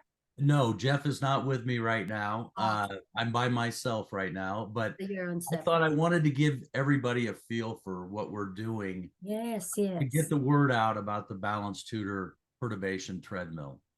And I couldn't think of a better place to do it than in the mobile showroom, which we've now been on the road for about 16 months.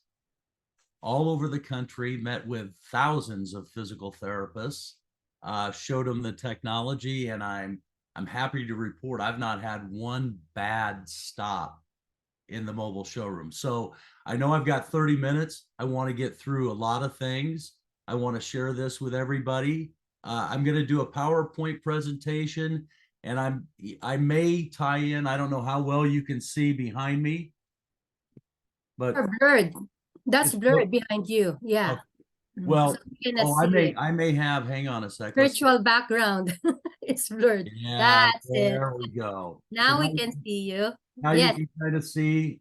It's beautiful. Down the hall. I have the harness hanging to the right of the Balance Tutor just because I want everybody to see the full Balance Tutor.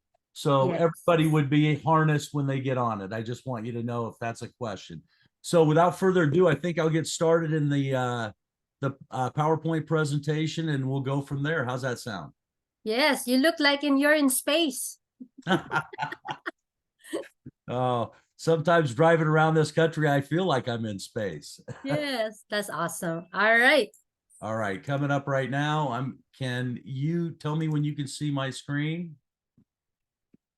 Can you see it?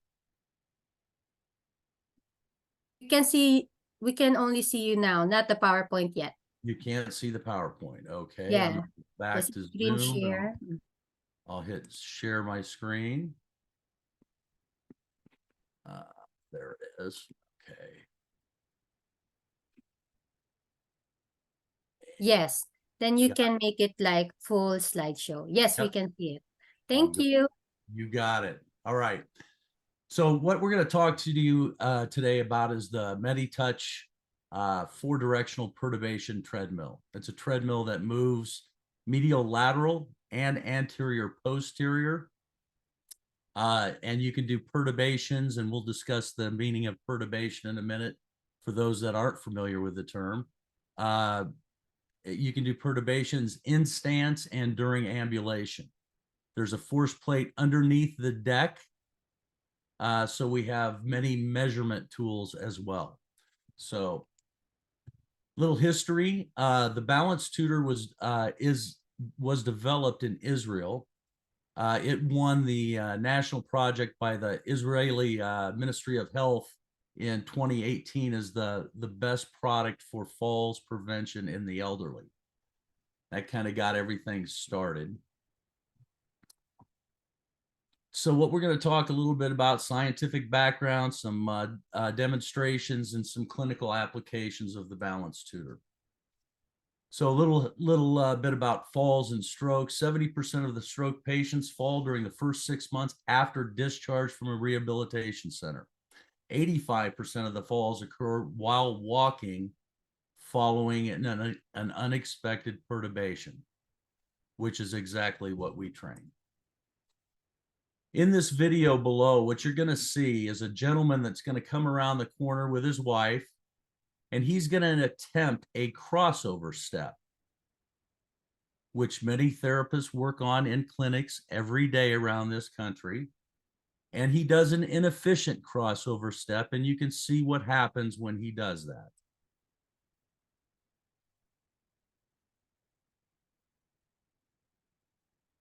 Okay. So right there's the unexpected perturbation, and now he needs a crossover step. So I ask therapists all the time, how do you work on this strategy in your clinic right now? And typically God bless every therapist out there.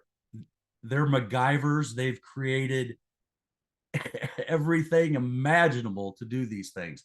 But on this particular training tool, what I typically hear is I first get down on my hands and knees and I move the patient's foot to tell them what I want them to do. And then I instruct them to do that. And then I may put cones up or some other devices to work around. So they've come up with all kinds of techniques. Okay, so keep this in mind. It's being done in clinics training this movement right now in the ways that I just mentioned. So next video, this lady, what's going to happen is she's going to shift her body mass outside her base of support. And she is going to need to take a compensatory step with her right foot. And you can see, I'm going to stop it right before she falls, but you can see where she needs to take a bigger compensatory step. And we'll talk a little bit more about compensatory steps and anticipatory. So here we go. Right there. She needs to take a long backward step to maintain her base of support, right? She does not do that, staggers and falls. So what we do at MediTouch USA and MediTouch USA is the distributor for the MediTouch product line in North America. What we do, and here's an example, is we work with every type of patient. MS, stroke, all the neurological disorders, all the vestibular imbalance disorders. We've got some incredible things going on with orthopedics right now, lower extremity injuries, ACLs and concussions, pediatrics. Went to a prosthetic show, which was enlightening how underserved that market is, you know, for their balance. It's a shame. So anyway, I'm going to show you a couple videos to give you an idea how the balance tutor is used. So this is an MS patient. She's roughly 38, 39 years old, has children, walks with an assisted device. This is before her treatment began.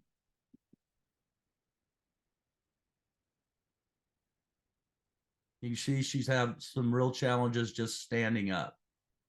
Walking, very difficult.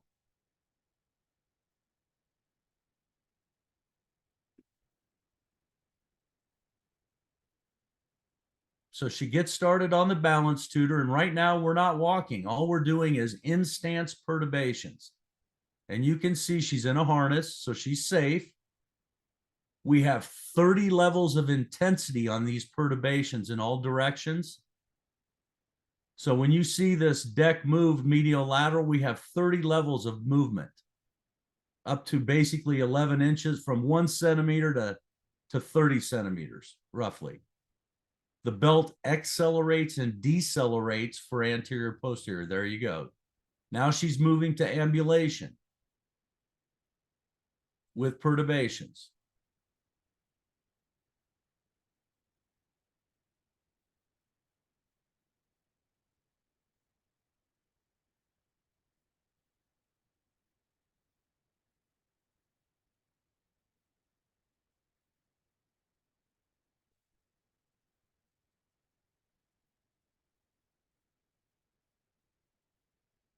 after 10 visits.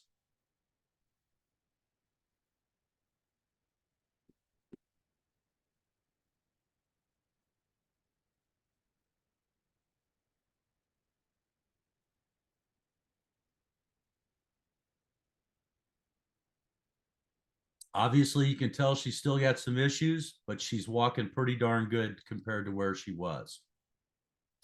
The one thing I hear from all types of patients, every type of patient, from their therapists, I ask, after you get the balance tutor, what is the one thing your patients tell you? I feel more confident. These are the things that we train, these motor reactions that we have a hard time training in a clinic consistently, reproducibly, measurably, and we can do that. You're going to see this in a second. So since 1979, the research on perturbation-based balance training, you can see the increase on PubMed for unexpected postural perturbations. Significant. Everybody understands the importance out there of perturbations. That I do know from the last 16 months on the road.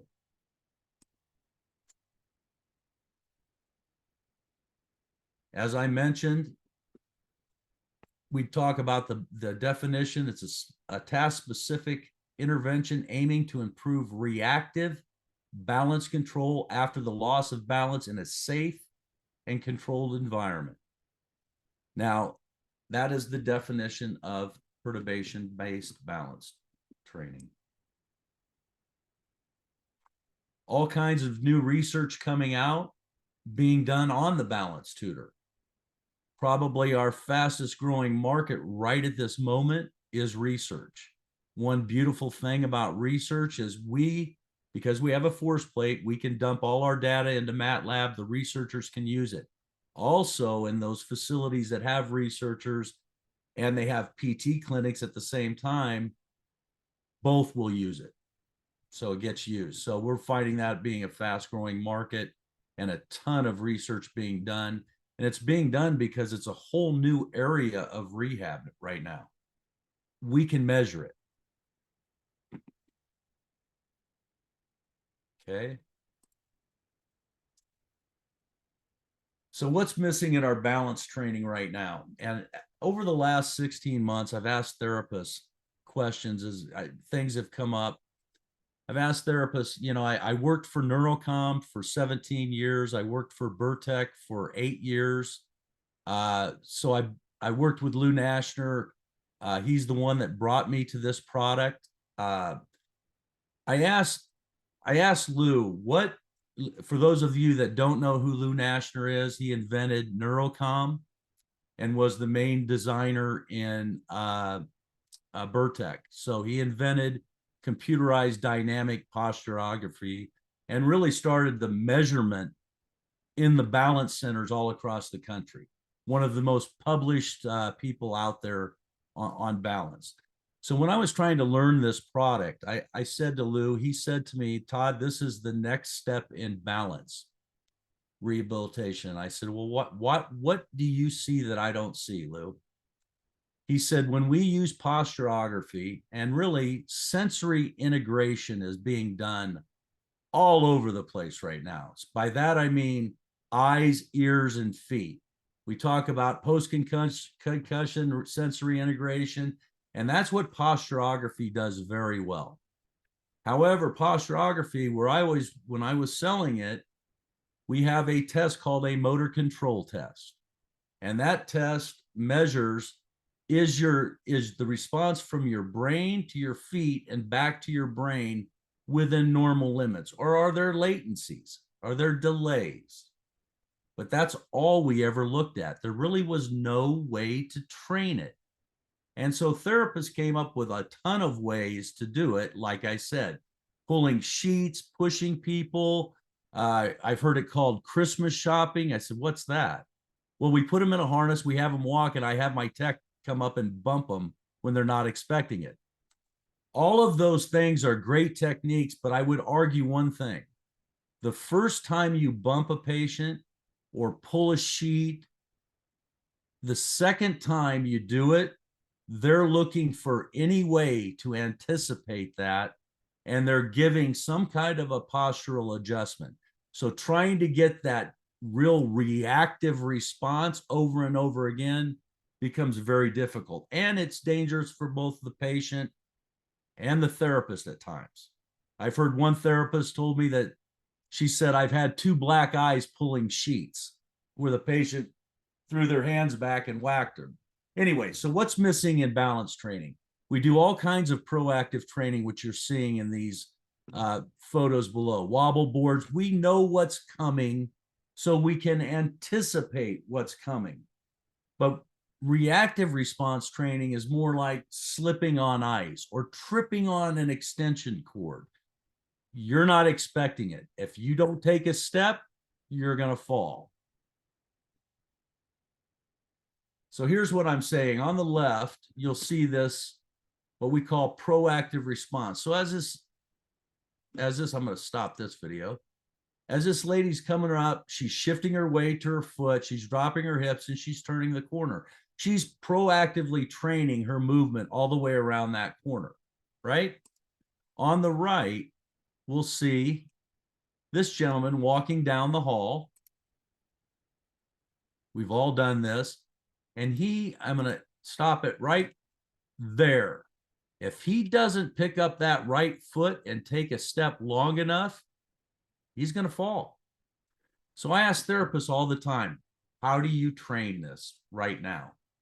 Over and over again, because we know repetition is the mother of learning. So how do you practice it safely, reproducibly, and measure it? Keep moving. So on the left, what we're looking at here is a proactive strategy, which is take a step backwards, okay?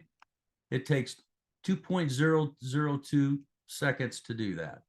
Now on the right is the patient standing on the balance tutor when I hit them with a perturbation. And that is 0.667. So what you're seeing is a true motor reaction.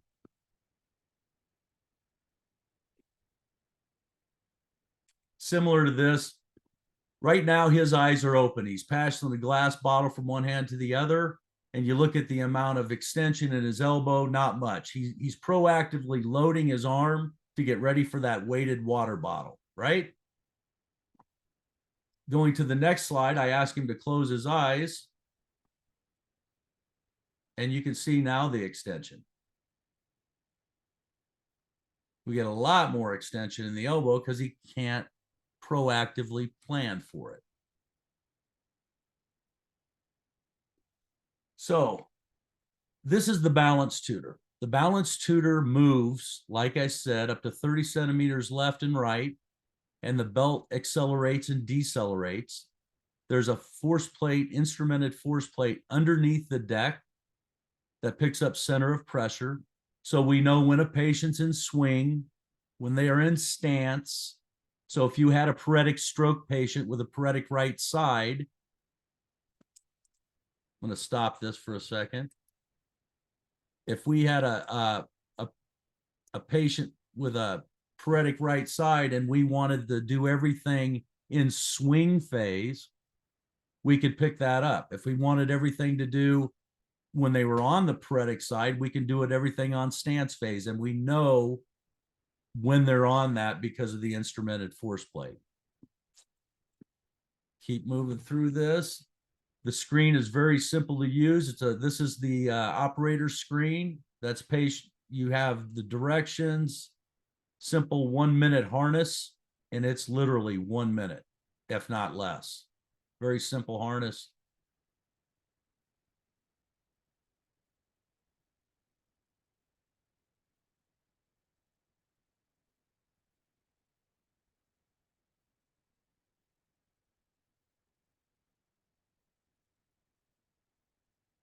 System comes with 3 different size harnesses, so we fit most every type of patient. So that's never an issue. There's the harness. Okay. It also has a remote control, so you can be away from the patient. The belt goes, we have retro mode on the treadmill, so I could be turn the patient around, be having them pertubated and playing catch with a ball if we wanted to. And you'll see a video in a second that does that. So as I mentioned, we can do it safely, efficiently. We can customize the perturbation. I've had in my last 16 months on the road, I had two gentlemen. One actually stormed the beaches at Normandy, and one guy paratrooped on D-Day, and they were in the mobile showroom. So all types of patients can benefit from it. And there's objective documentation to follow it up. We have gait analysis on here for norms. So you're going to get a gait assessment. There's 2 other assessments. We're adding the limits of stability and modified cat sib as well.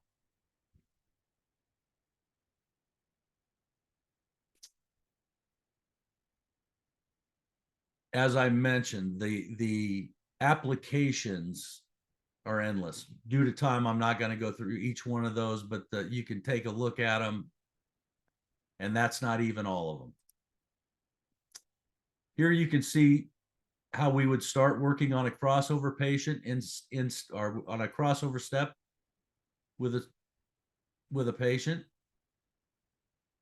in stance.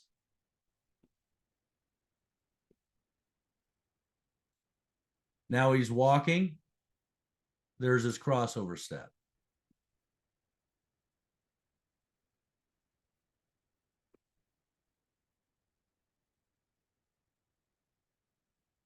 Also working on with Parkinson's patients, stroke patients, step initiation.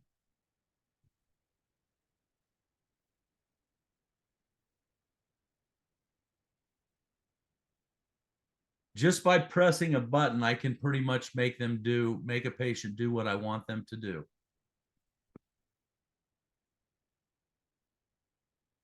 As I mentioned, we have 30 levels of intensity. So what you see at the top, and we have it for the States, we do have miles per hour, but what you see at the top is the speed of the treadmill belt. When you're walking, it goes up to 4.2 miles an hour. You don't need to go faster than that. It doesn't take much to perturbate people. So it goes up to roughly 4.25 miles an hour. You have 30 levels of intensity in the perturbations. You can see this is at 1. Here's to 30.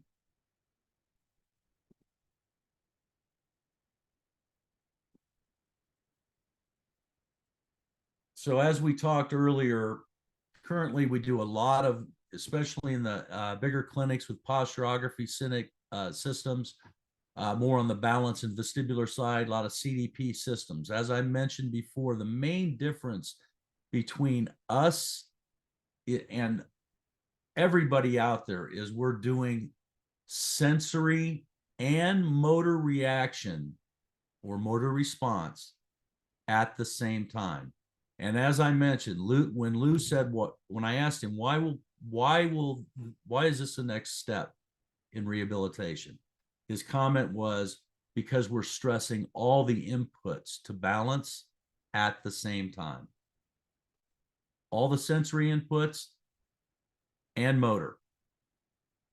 So I also want to say one other thing. As I've talked to some of the clinicians around the country, I've kind of broken down in a math formula, and I've said to them, well, okay, if there's 3 sensory inputs and 1 motor input, your brain. So let's say they're equal in benefit. And so we're kind of leaving 25% on the table as far as training. And we're doing it in orthopedics. I've talked to orthopedics therapists that I'll ask them with their ACLs, when are you starting reactive response training with your ACLs? And they'll tell me 6 months. Or I'll hear 3 months. We now have an ACL researcher working on a return to play test for ACLs for latency, which we've never looked at before. We've never looked at that connection and had a standardized test that would look at latency move in the movement. So exciting stuff coming, hopefully, in ACLs and concussions. I asked Lou the same question about concussions that I asked him about with the vestibular balance patient. And I that was, the patient gets better faster because you're doing sensory and motor integration at the same time. I asked him about concussions. Do you think patients will get better faster training sensory and motor reaction at the same time? He thought about it for a while, as Lou always does, and he said, I believe they will. Obviously, it has to be proved out. But again, you're going back to rehabbing all four of the inputs at the same time. So, or two, sensory and motor. All right, moving on. Again, this is the patient screen we work from in the manual mode. Once we have baseline information, we can put a program together. And I mentioned earlier, because we have a force plate, you see right swing, left swing. So again, if I had a stroke patient, or I had a stroke patient and I wanted them to be on their left leg, their paretic left leg, when they were being hit with the perturbation, I would choose, as you see, left there and forward. I would choose right swing, back up. I want it to happen. I want the perturbation to happen when they're in stance on their left paretic leg. That means I'm in right swing. Okay. Perturbation is going to hit them in right swing. It's going to hit them every 10 seconds. Whoops. I want to go back. Hang on.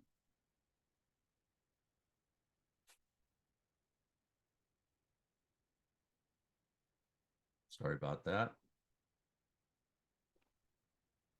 Todd, what's the meaning of CDP again? Computerized dynamic posturography. Thank you. You got it.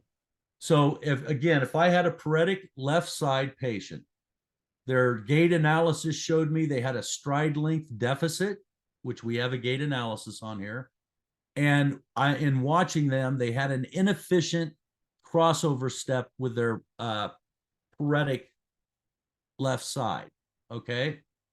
So I'm going to do a couple things. First thing, I said I wanted everything to happen when they're on their left leg. So I'm going to choose right swing.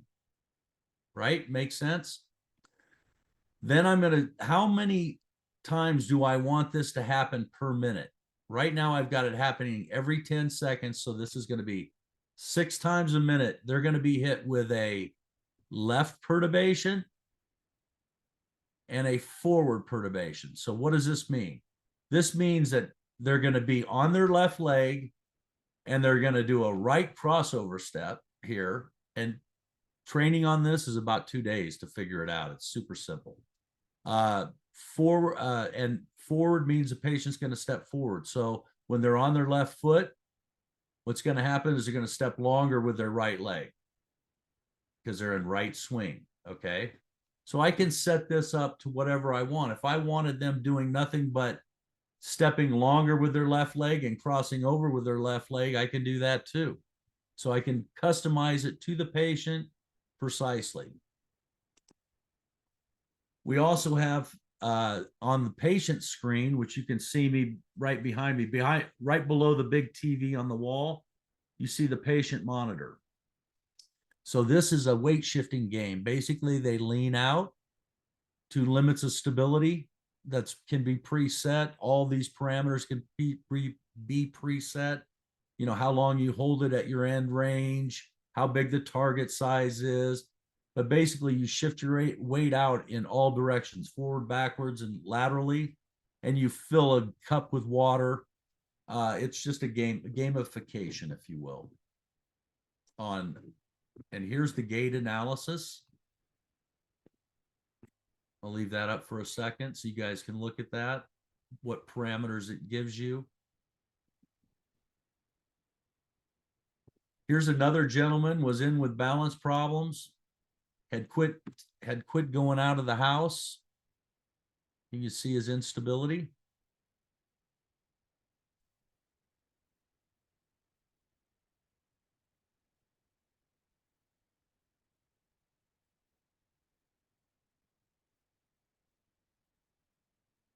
And people ask me a couple things. How long does the treatment process take? Obviously, every patient's different, but 10 visits is kind of the sweet spot where I've seen improvements in 15 minutes. And I'm not kidding you.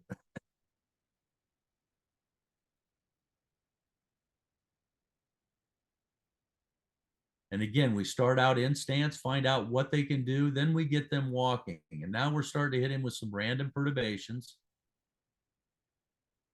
And we can put this in a program so you don't have to stand at the computer. You could be dual tasking, talking to him, or have him turn around playing catch. Here's your slip. You can already see the improvement.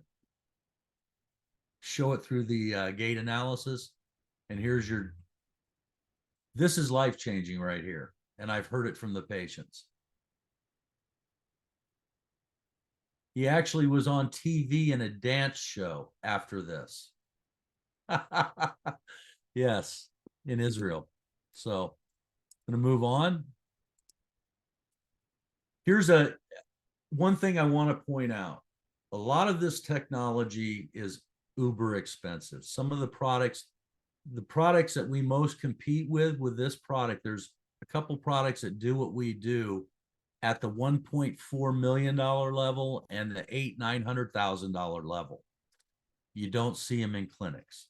It's not feasible for somebody to do it. And when I speak to researchers, the one nice thing about our product is the research that you do on our system can relate right to the clinic.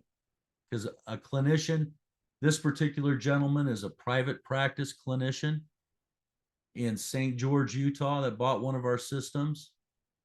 And I want you to hear what he had to say. Whoops.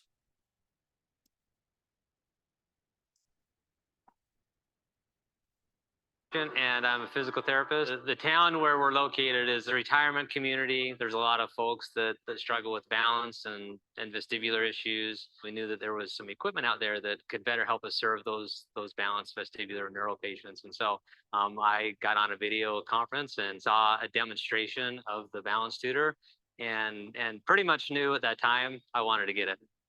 When you use some of the virtual reality system, you can use ocular motor. We're using head control. So we're working on cervical proprioception.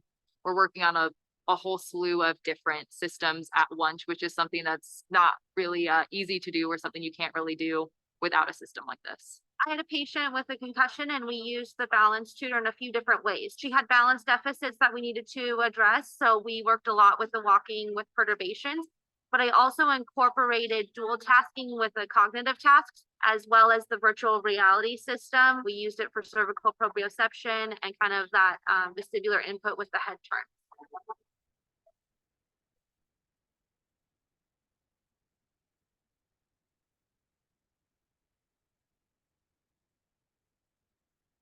Question that I get all the time.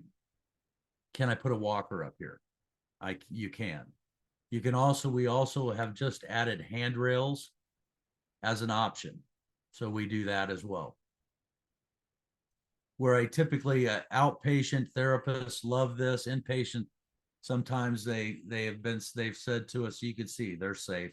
They've said to us, we need those handrails. So they fold off our regular handrails, they fold down. So there's more support more support for the patient early on. I do want to point, I put this in here just for one reason. This gentleman had a stroke. I may be off on the amount of time, but it was like 3 or 4 years prior to him coming in. All he wanted to do was work in his garden on an unstable surface. And so he came into our clinic in Israel to do this balance training. this perturbation balance training. And you'll see him at the end. It's never too late, is what I'm saying, to get better. There's new pathways that can be created. And obviously he still has issues, but he's not walking without a walker, and he can do it on unstable surface.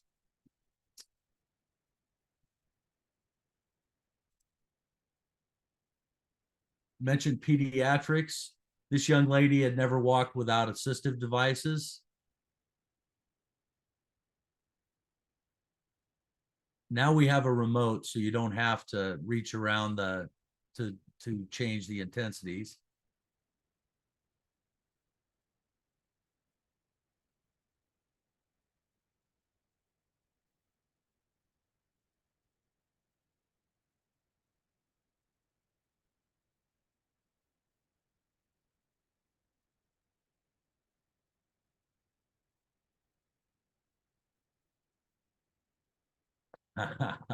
This one always gets me. The look on her face. Look at that. That is just unbelievable.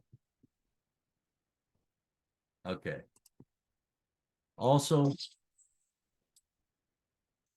some dual tasking. I just want to put this on here.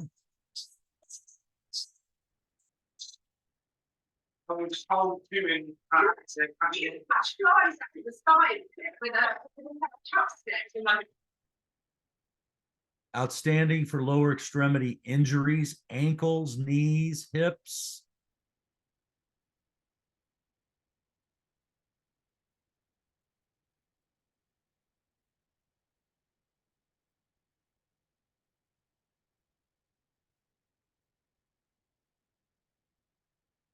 Now, I do want to point this one out. This was,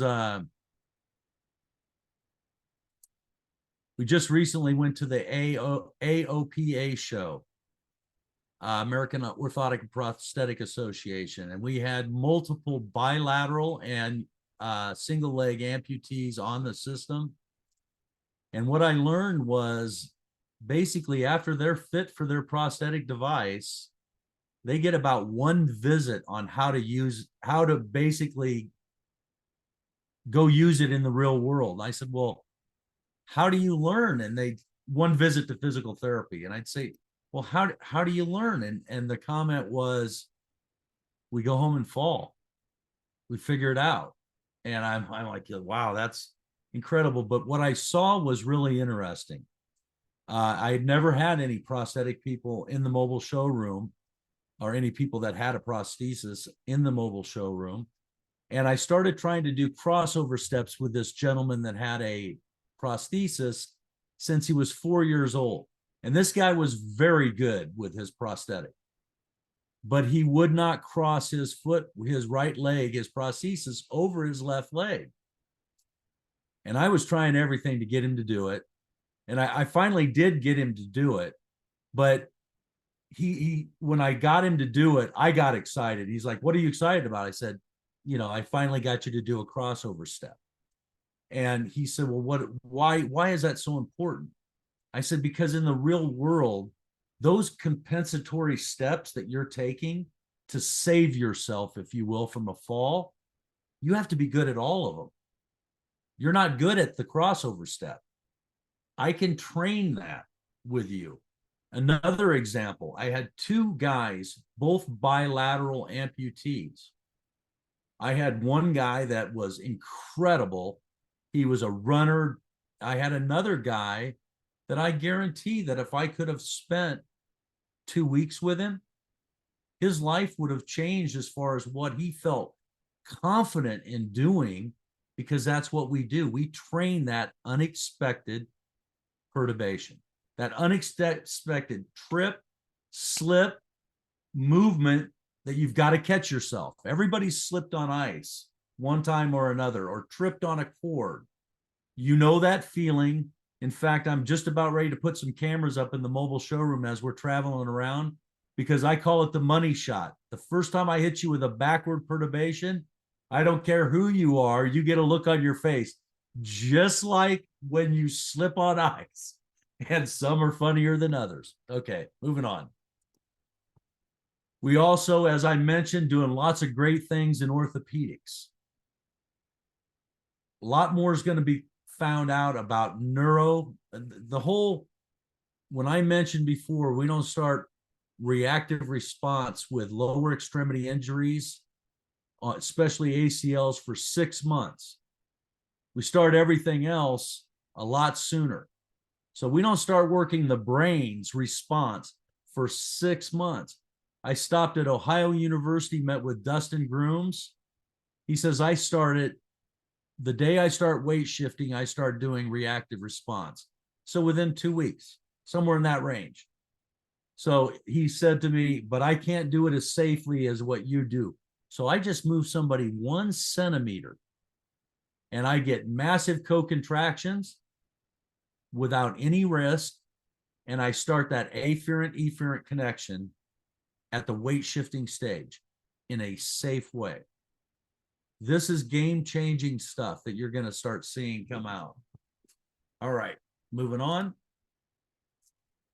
Concussion.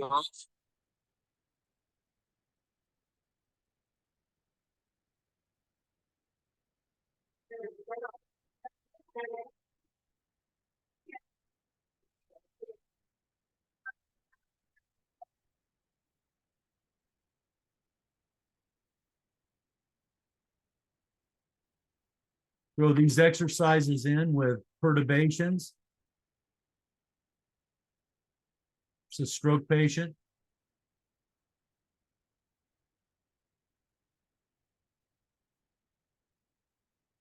Here's another one of the gaming aspects of the balance tutor. I wanted to show you this slide. We also have the, when I mentioned we do motor and sensory integration at the same, motor reaction and sensory integration at the same time. We now have a new roll-up TV. It's called the 3D Tutor Biofeedback Station. And it's a 50-inch flat screen, touchscreen TV on a stand that goes up almost 7 feet. So when you're 6'6" and standing facing away from the treadmill, as the gentleman is in this middle shot, you're looking eye level. So it has a hydraulic that goes way up. But that TV, you have a sensor on your head, as you see in the upper left-hand corner, which looks at head movement in yaw, pitch, and roll. Okay. So what he's doing in the middle is he's turning his head and making a ball. He's making those discs rotate and making that ball drop through those discs. So when I talk to people at shows and therapists out in the mobile showroom, I think I try to explain how close this is to real life. Think about walking down an old neighborhood in an old yard in any city in this country or any country where it's got the cement is kind of cockeyed on the sidewalk where an oak tree has grown underneath it. And you're turning your head, looking at your neighbors and the people that are outside, the kids shooting basketball, and then you trip. So that's kind of what he's doing right here. He's turning his head, walking, and being perturbated. So he's practicing motor and sensory integration right now. And that system's called the 3D Tutor Biofeedback System. On that system, you get 31 games you can play. We have smooth pursuits, saccades, optokinetic training, VOR training, and you can change backgrounds from simple backgrounds to really challenging backgrounds. So all kinds of things with that as well. Here's what I just mentioned: the visual flow, all those things. Here's one of the scenes right here.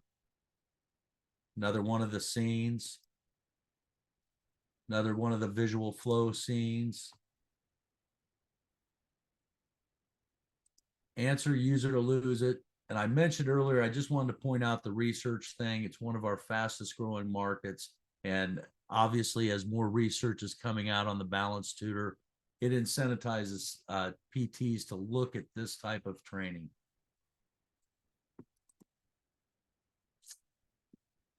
See all the other clinical indications. And as I always point out, our literature, producer even more than this. We have all the specific certifications you need for all over the world. Product's been on the market for 9 years now. It's been sold worldwide. This is the mobile showroom. You can see in the left, I've had up to 19 people at one presentation at one time. And I encourage anybody that's interested to, I'll leave my information on the chat room. If you want to visit to your facility, we'd love to do that. We usually start things off with a Zoom call similar to this to make you familiar with what we're bringing by. And so you can invite everybody that you want to invite. And we've sat on campuses all day doing demos. So if you're interested, reach out. But there's a picture of the mobile showroom, and we have a patio that folds down and back that we have people stand on as well. So it's not only the inside, there's an outside as well. Thanks for your time. I appreciate it. All right. Nice, Dad. This is really nice. Great videos too. It's really unique because we only have a treadmill, and also the size will fit in each clinic, even they have a gym, hospital, or private practice, right? So yeah, and it's really unique knowing that it's lateral perturbation because what we're doing is just, they really know where's our hand. So they just know where our hand coming from. So they will go into, that's what you said there already knows.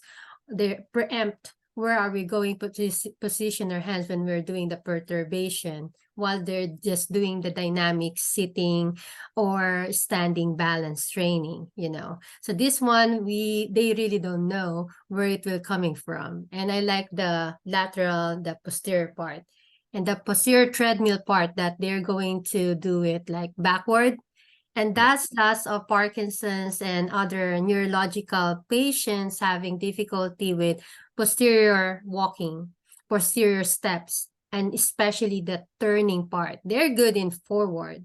They can walk, but the turning part is really the challenge, and also the posterior. So definitely we will connect with you. If you can please put on the chat your details and information, and I will also get your information and email to everyone.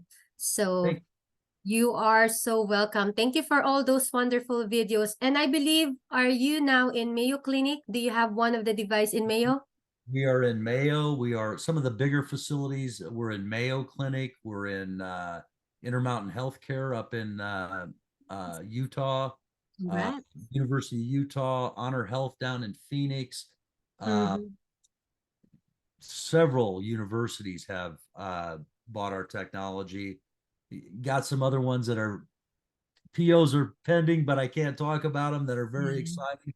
But all levels from private practice. I saw a statistic that I thought was kudos to Dr. Johnson at her discussion on keep working at it. I've been doing this for 33 years, both neuro and ortho. And I remember when I started with Lou back in the early 90s, the term or the number used to be you'd have to see between 8 to 10 clinicians before you found somebody that could help you with your balance problem.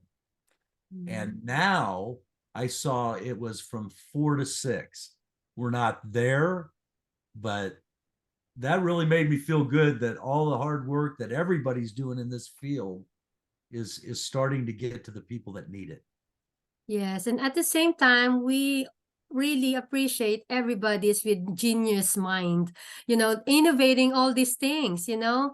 Even they're just questioning, how can I just do this kind? And it's just making sort of question a dream, and now some funding, because these are all expensive to begin with.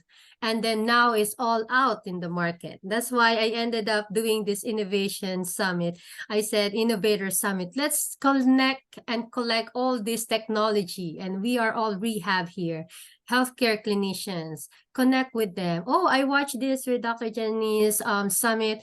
He talks about the perturbation, and then we will connect with you. And then maybe check in their hospitals or in their private practice. And then the balance vest is more portable. And I have a patient, I remember doing that. So that's a good connection there. And this will be available in YouTube. It will be available to 100 plus of the attendees who signed up.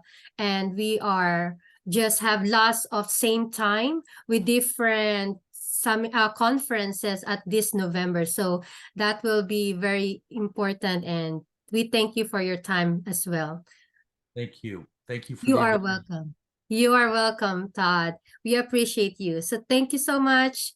Thank you so much, Dr. Tammy. Do you want to say something, Hey, Dr. Todd. Tammy? I Okay. just I wanted to commend you on such a great talk. It's I actually did studies with Marjorie Woolcott in her lab back up in Oregon. So she definitely was Shumway Cook and her. It was just so great to have lunches with them and everything like that. So I'm very interested in reaching out to you. I do an extravaganza day with my students, and it would just be phenomenal if there's a way we could. I usually do it around Abilities Expo. Are you planning on being the LA Abilities Expo at all? When is that? I need to look it up. I always have my students do a scavenger hunt at that. And I usually have my extravaganza day near the Abilities Expo, and I have to double check when spring break is.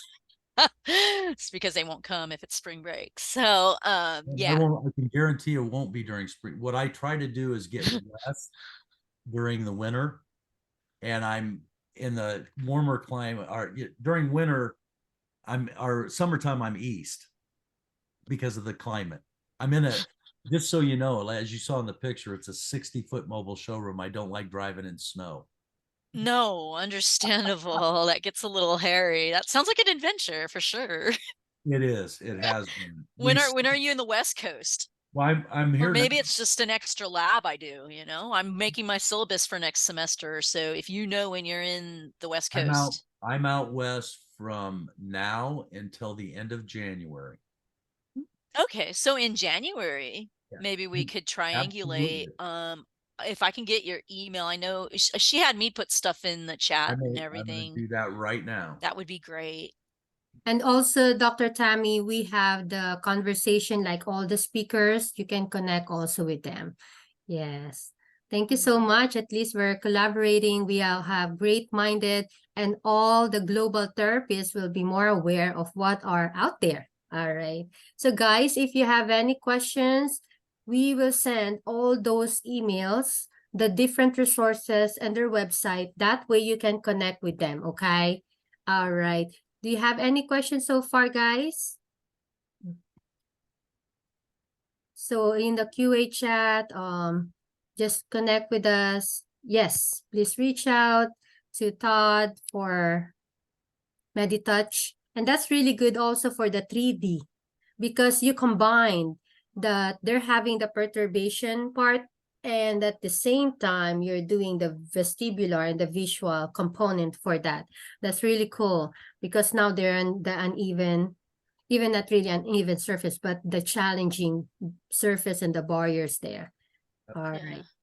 I'm doing some virtual reality research, so I really see a market for it. You know, it's like you're putting Burtech and Neurocom and Lightgate all together in one product in a way.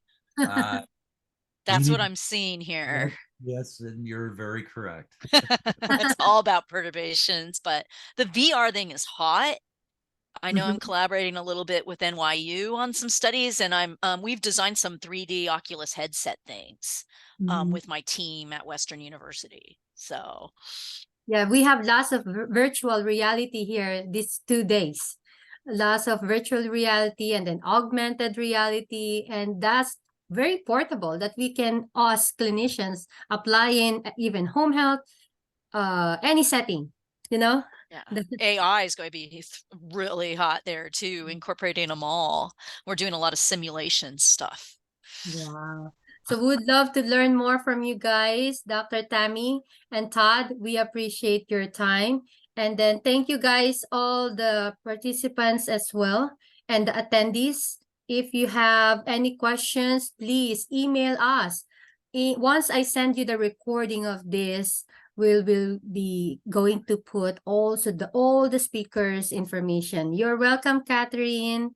Yes, glad it helps. So guys, if ever this event, it will be just to benefit the Future Foundation. If you find it helpful, you can connect, and please you can just donate at least $1 or $2 for the Future Foundation. And then, like Dr. Eliazar Tayag said, your Starbucks at least donate a couple of that. So at least so that we can continue doing those scholarship funding, a little bit of grants, and it is a non-profit organization. If you are based in America, this will be tax write-off because you're helping a non-profit organization. Once you donated $10, because not all of you are live here, but if you watch this recording, if you donated $10 or more, I will send you a certificate of attendance as well. But any amount will do. Any amount will do. 1 or 2 or a Starbucks. I don't know what you order. Right? Okay. Thank you so much. God bless, guys, and appreciate your feedback. Thanks, Melanie. Yes, thank you. Melanie said, thank you for all the speakers. Yes, we have Todd here and Rita as well. All right. We're all over. We're global. We have from India. I even have Dr. Kamala. She is my doctor when I was in Saudi Arabia, and she is in Azerbaijan. And then we are all in LinkedIn. So we are all connecting from LinkedIn, guys. And she saw my posters, and then she's joining the Geriatric Rehab Summit. She's joining now the Innovators Summit. Yes, thank you, Dr. Jensen. All right, guys, I know it's midnight in Philippines. I don't know what time in London. I'm still not been there, but I've been in Middle East. So thank you, and I appreciate you. And I'm in East Coast, so I'm in Delaware right now. Todd, where are you? Las Vegas. And then I know, are you in California, Dr. Tammy? Yes, California, LA. Yeah. Yes, like Dr. Tayag, he's based in California too. So we are all global. And then I remember, if she's here, Nidin, Dr. Nidin, she said yesterday that it's 3 o'clock in the morning here in India. So we are all global. Thank you so much, guys. I appreciate your support, and we will going to send everything. And Dovey has a great feedback too. Admired all the speakers, very knowledgeable. More power to all of you. Thank you. With all your support, we're delivering the message. God bless, guys. Bye. Thank you. Let me see. Here. So that's what we have. I think that's our last speaker. That's Todd. And all right. So that's all our thing. Thank you so much. Thank you so much, Dr. Tammy. Let me see. There's a QA here. Oh, thank you. You're welcome, Dr. Cam. Miss you. Here. Oh, appreciate it. Hope to connect with you guys. Thanks, Dovey or Dovey. Appreciate you, Dr. Cam. Regards to your family in Azerbaijan. All right.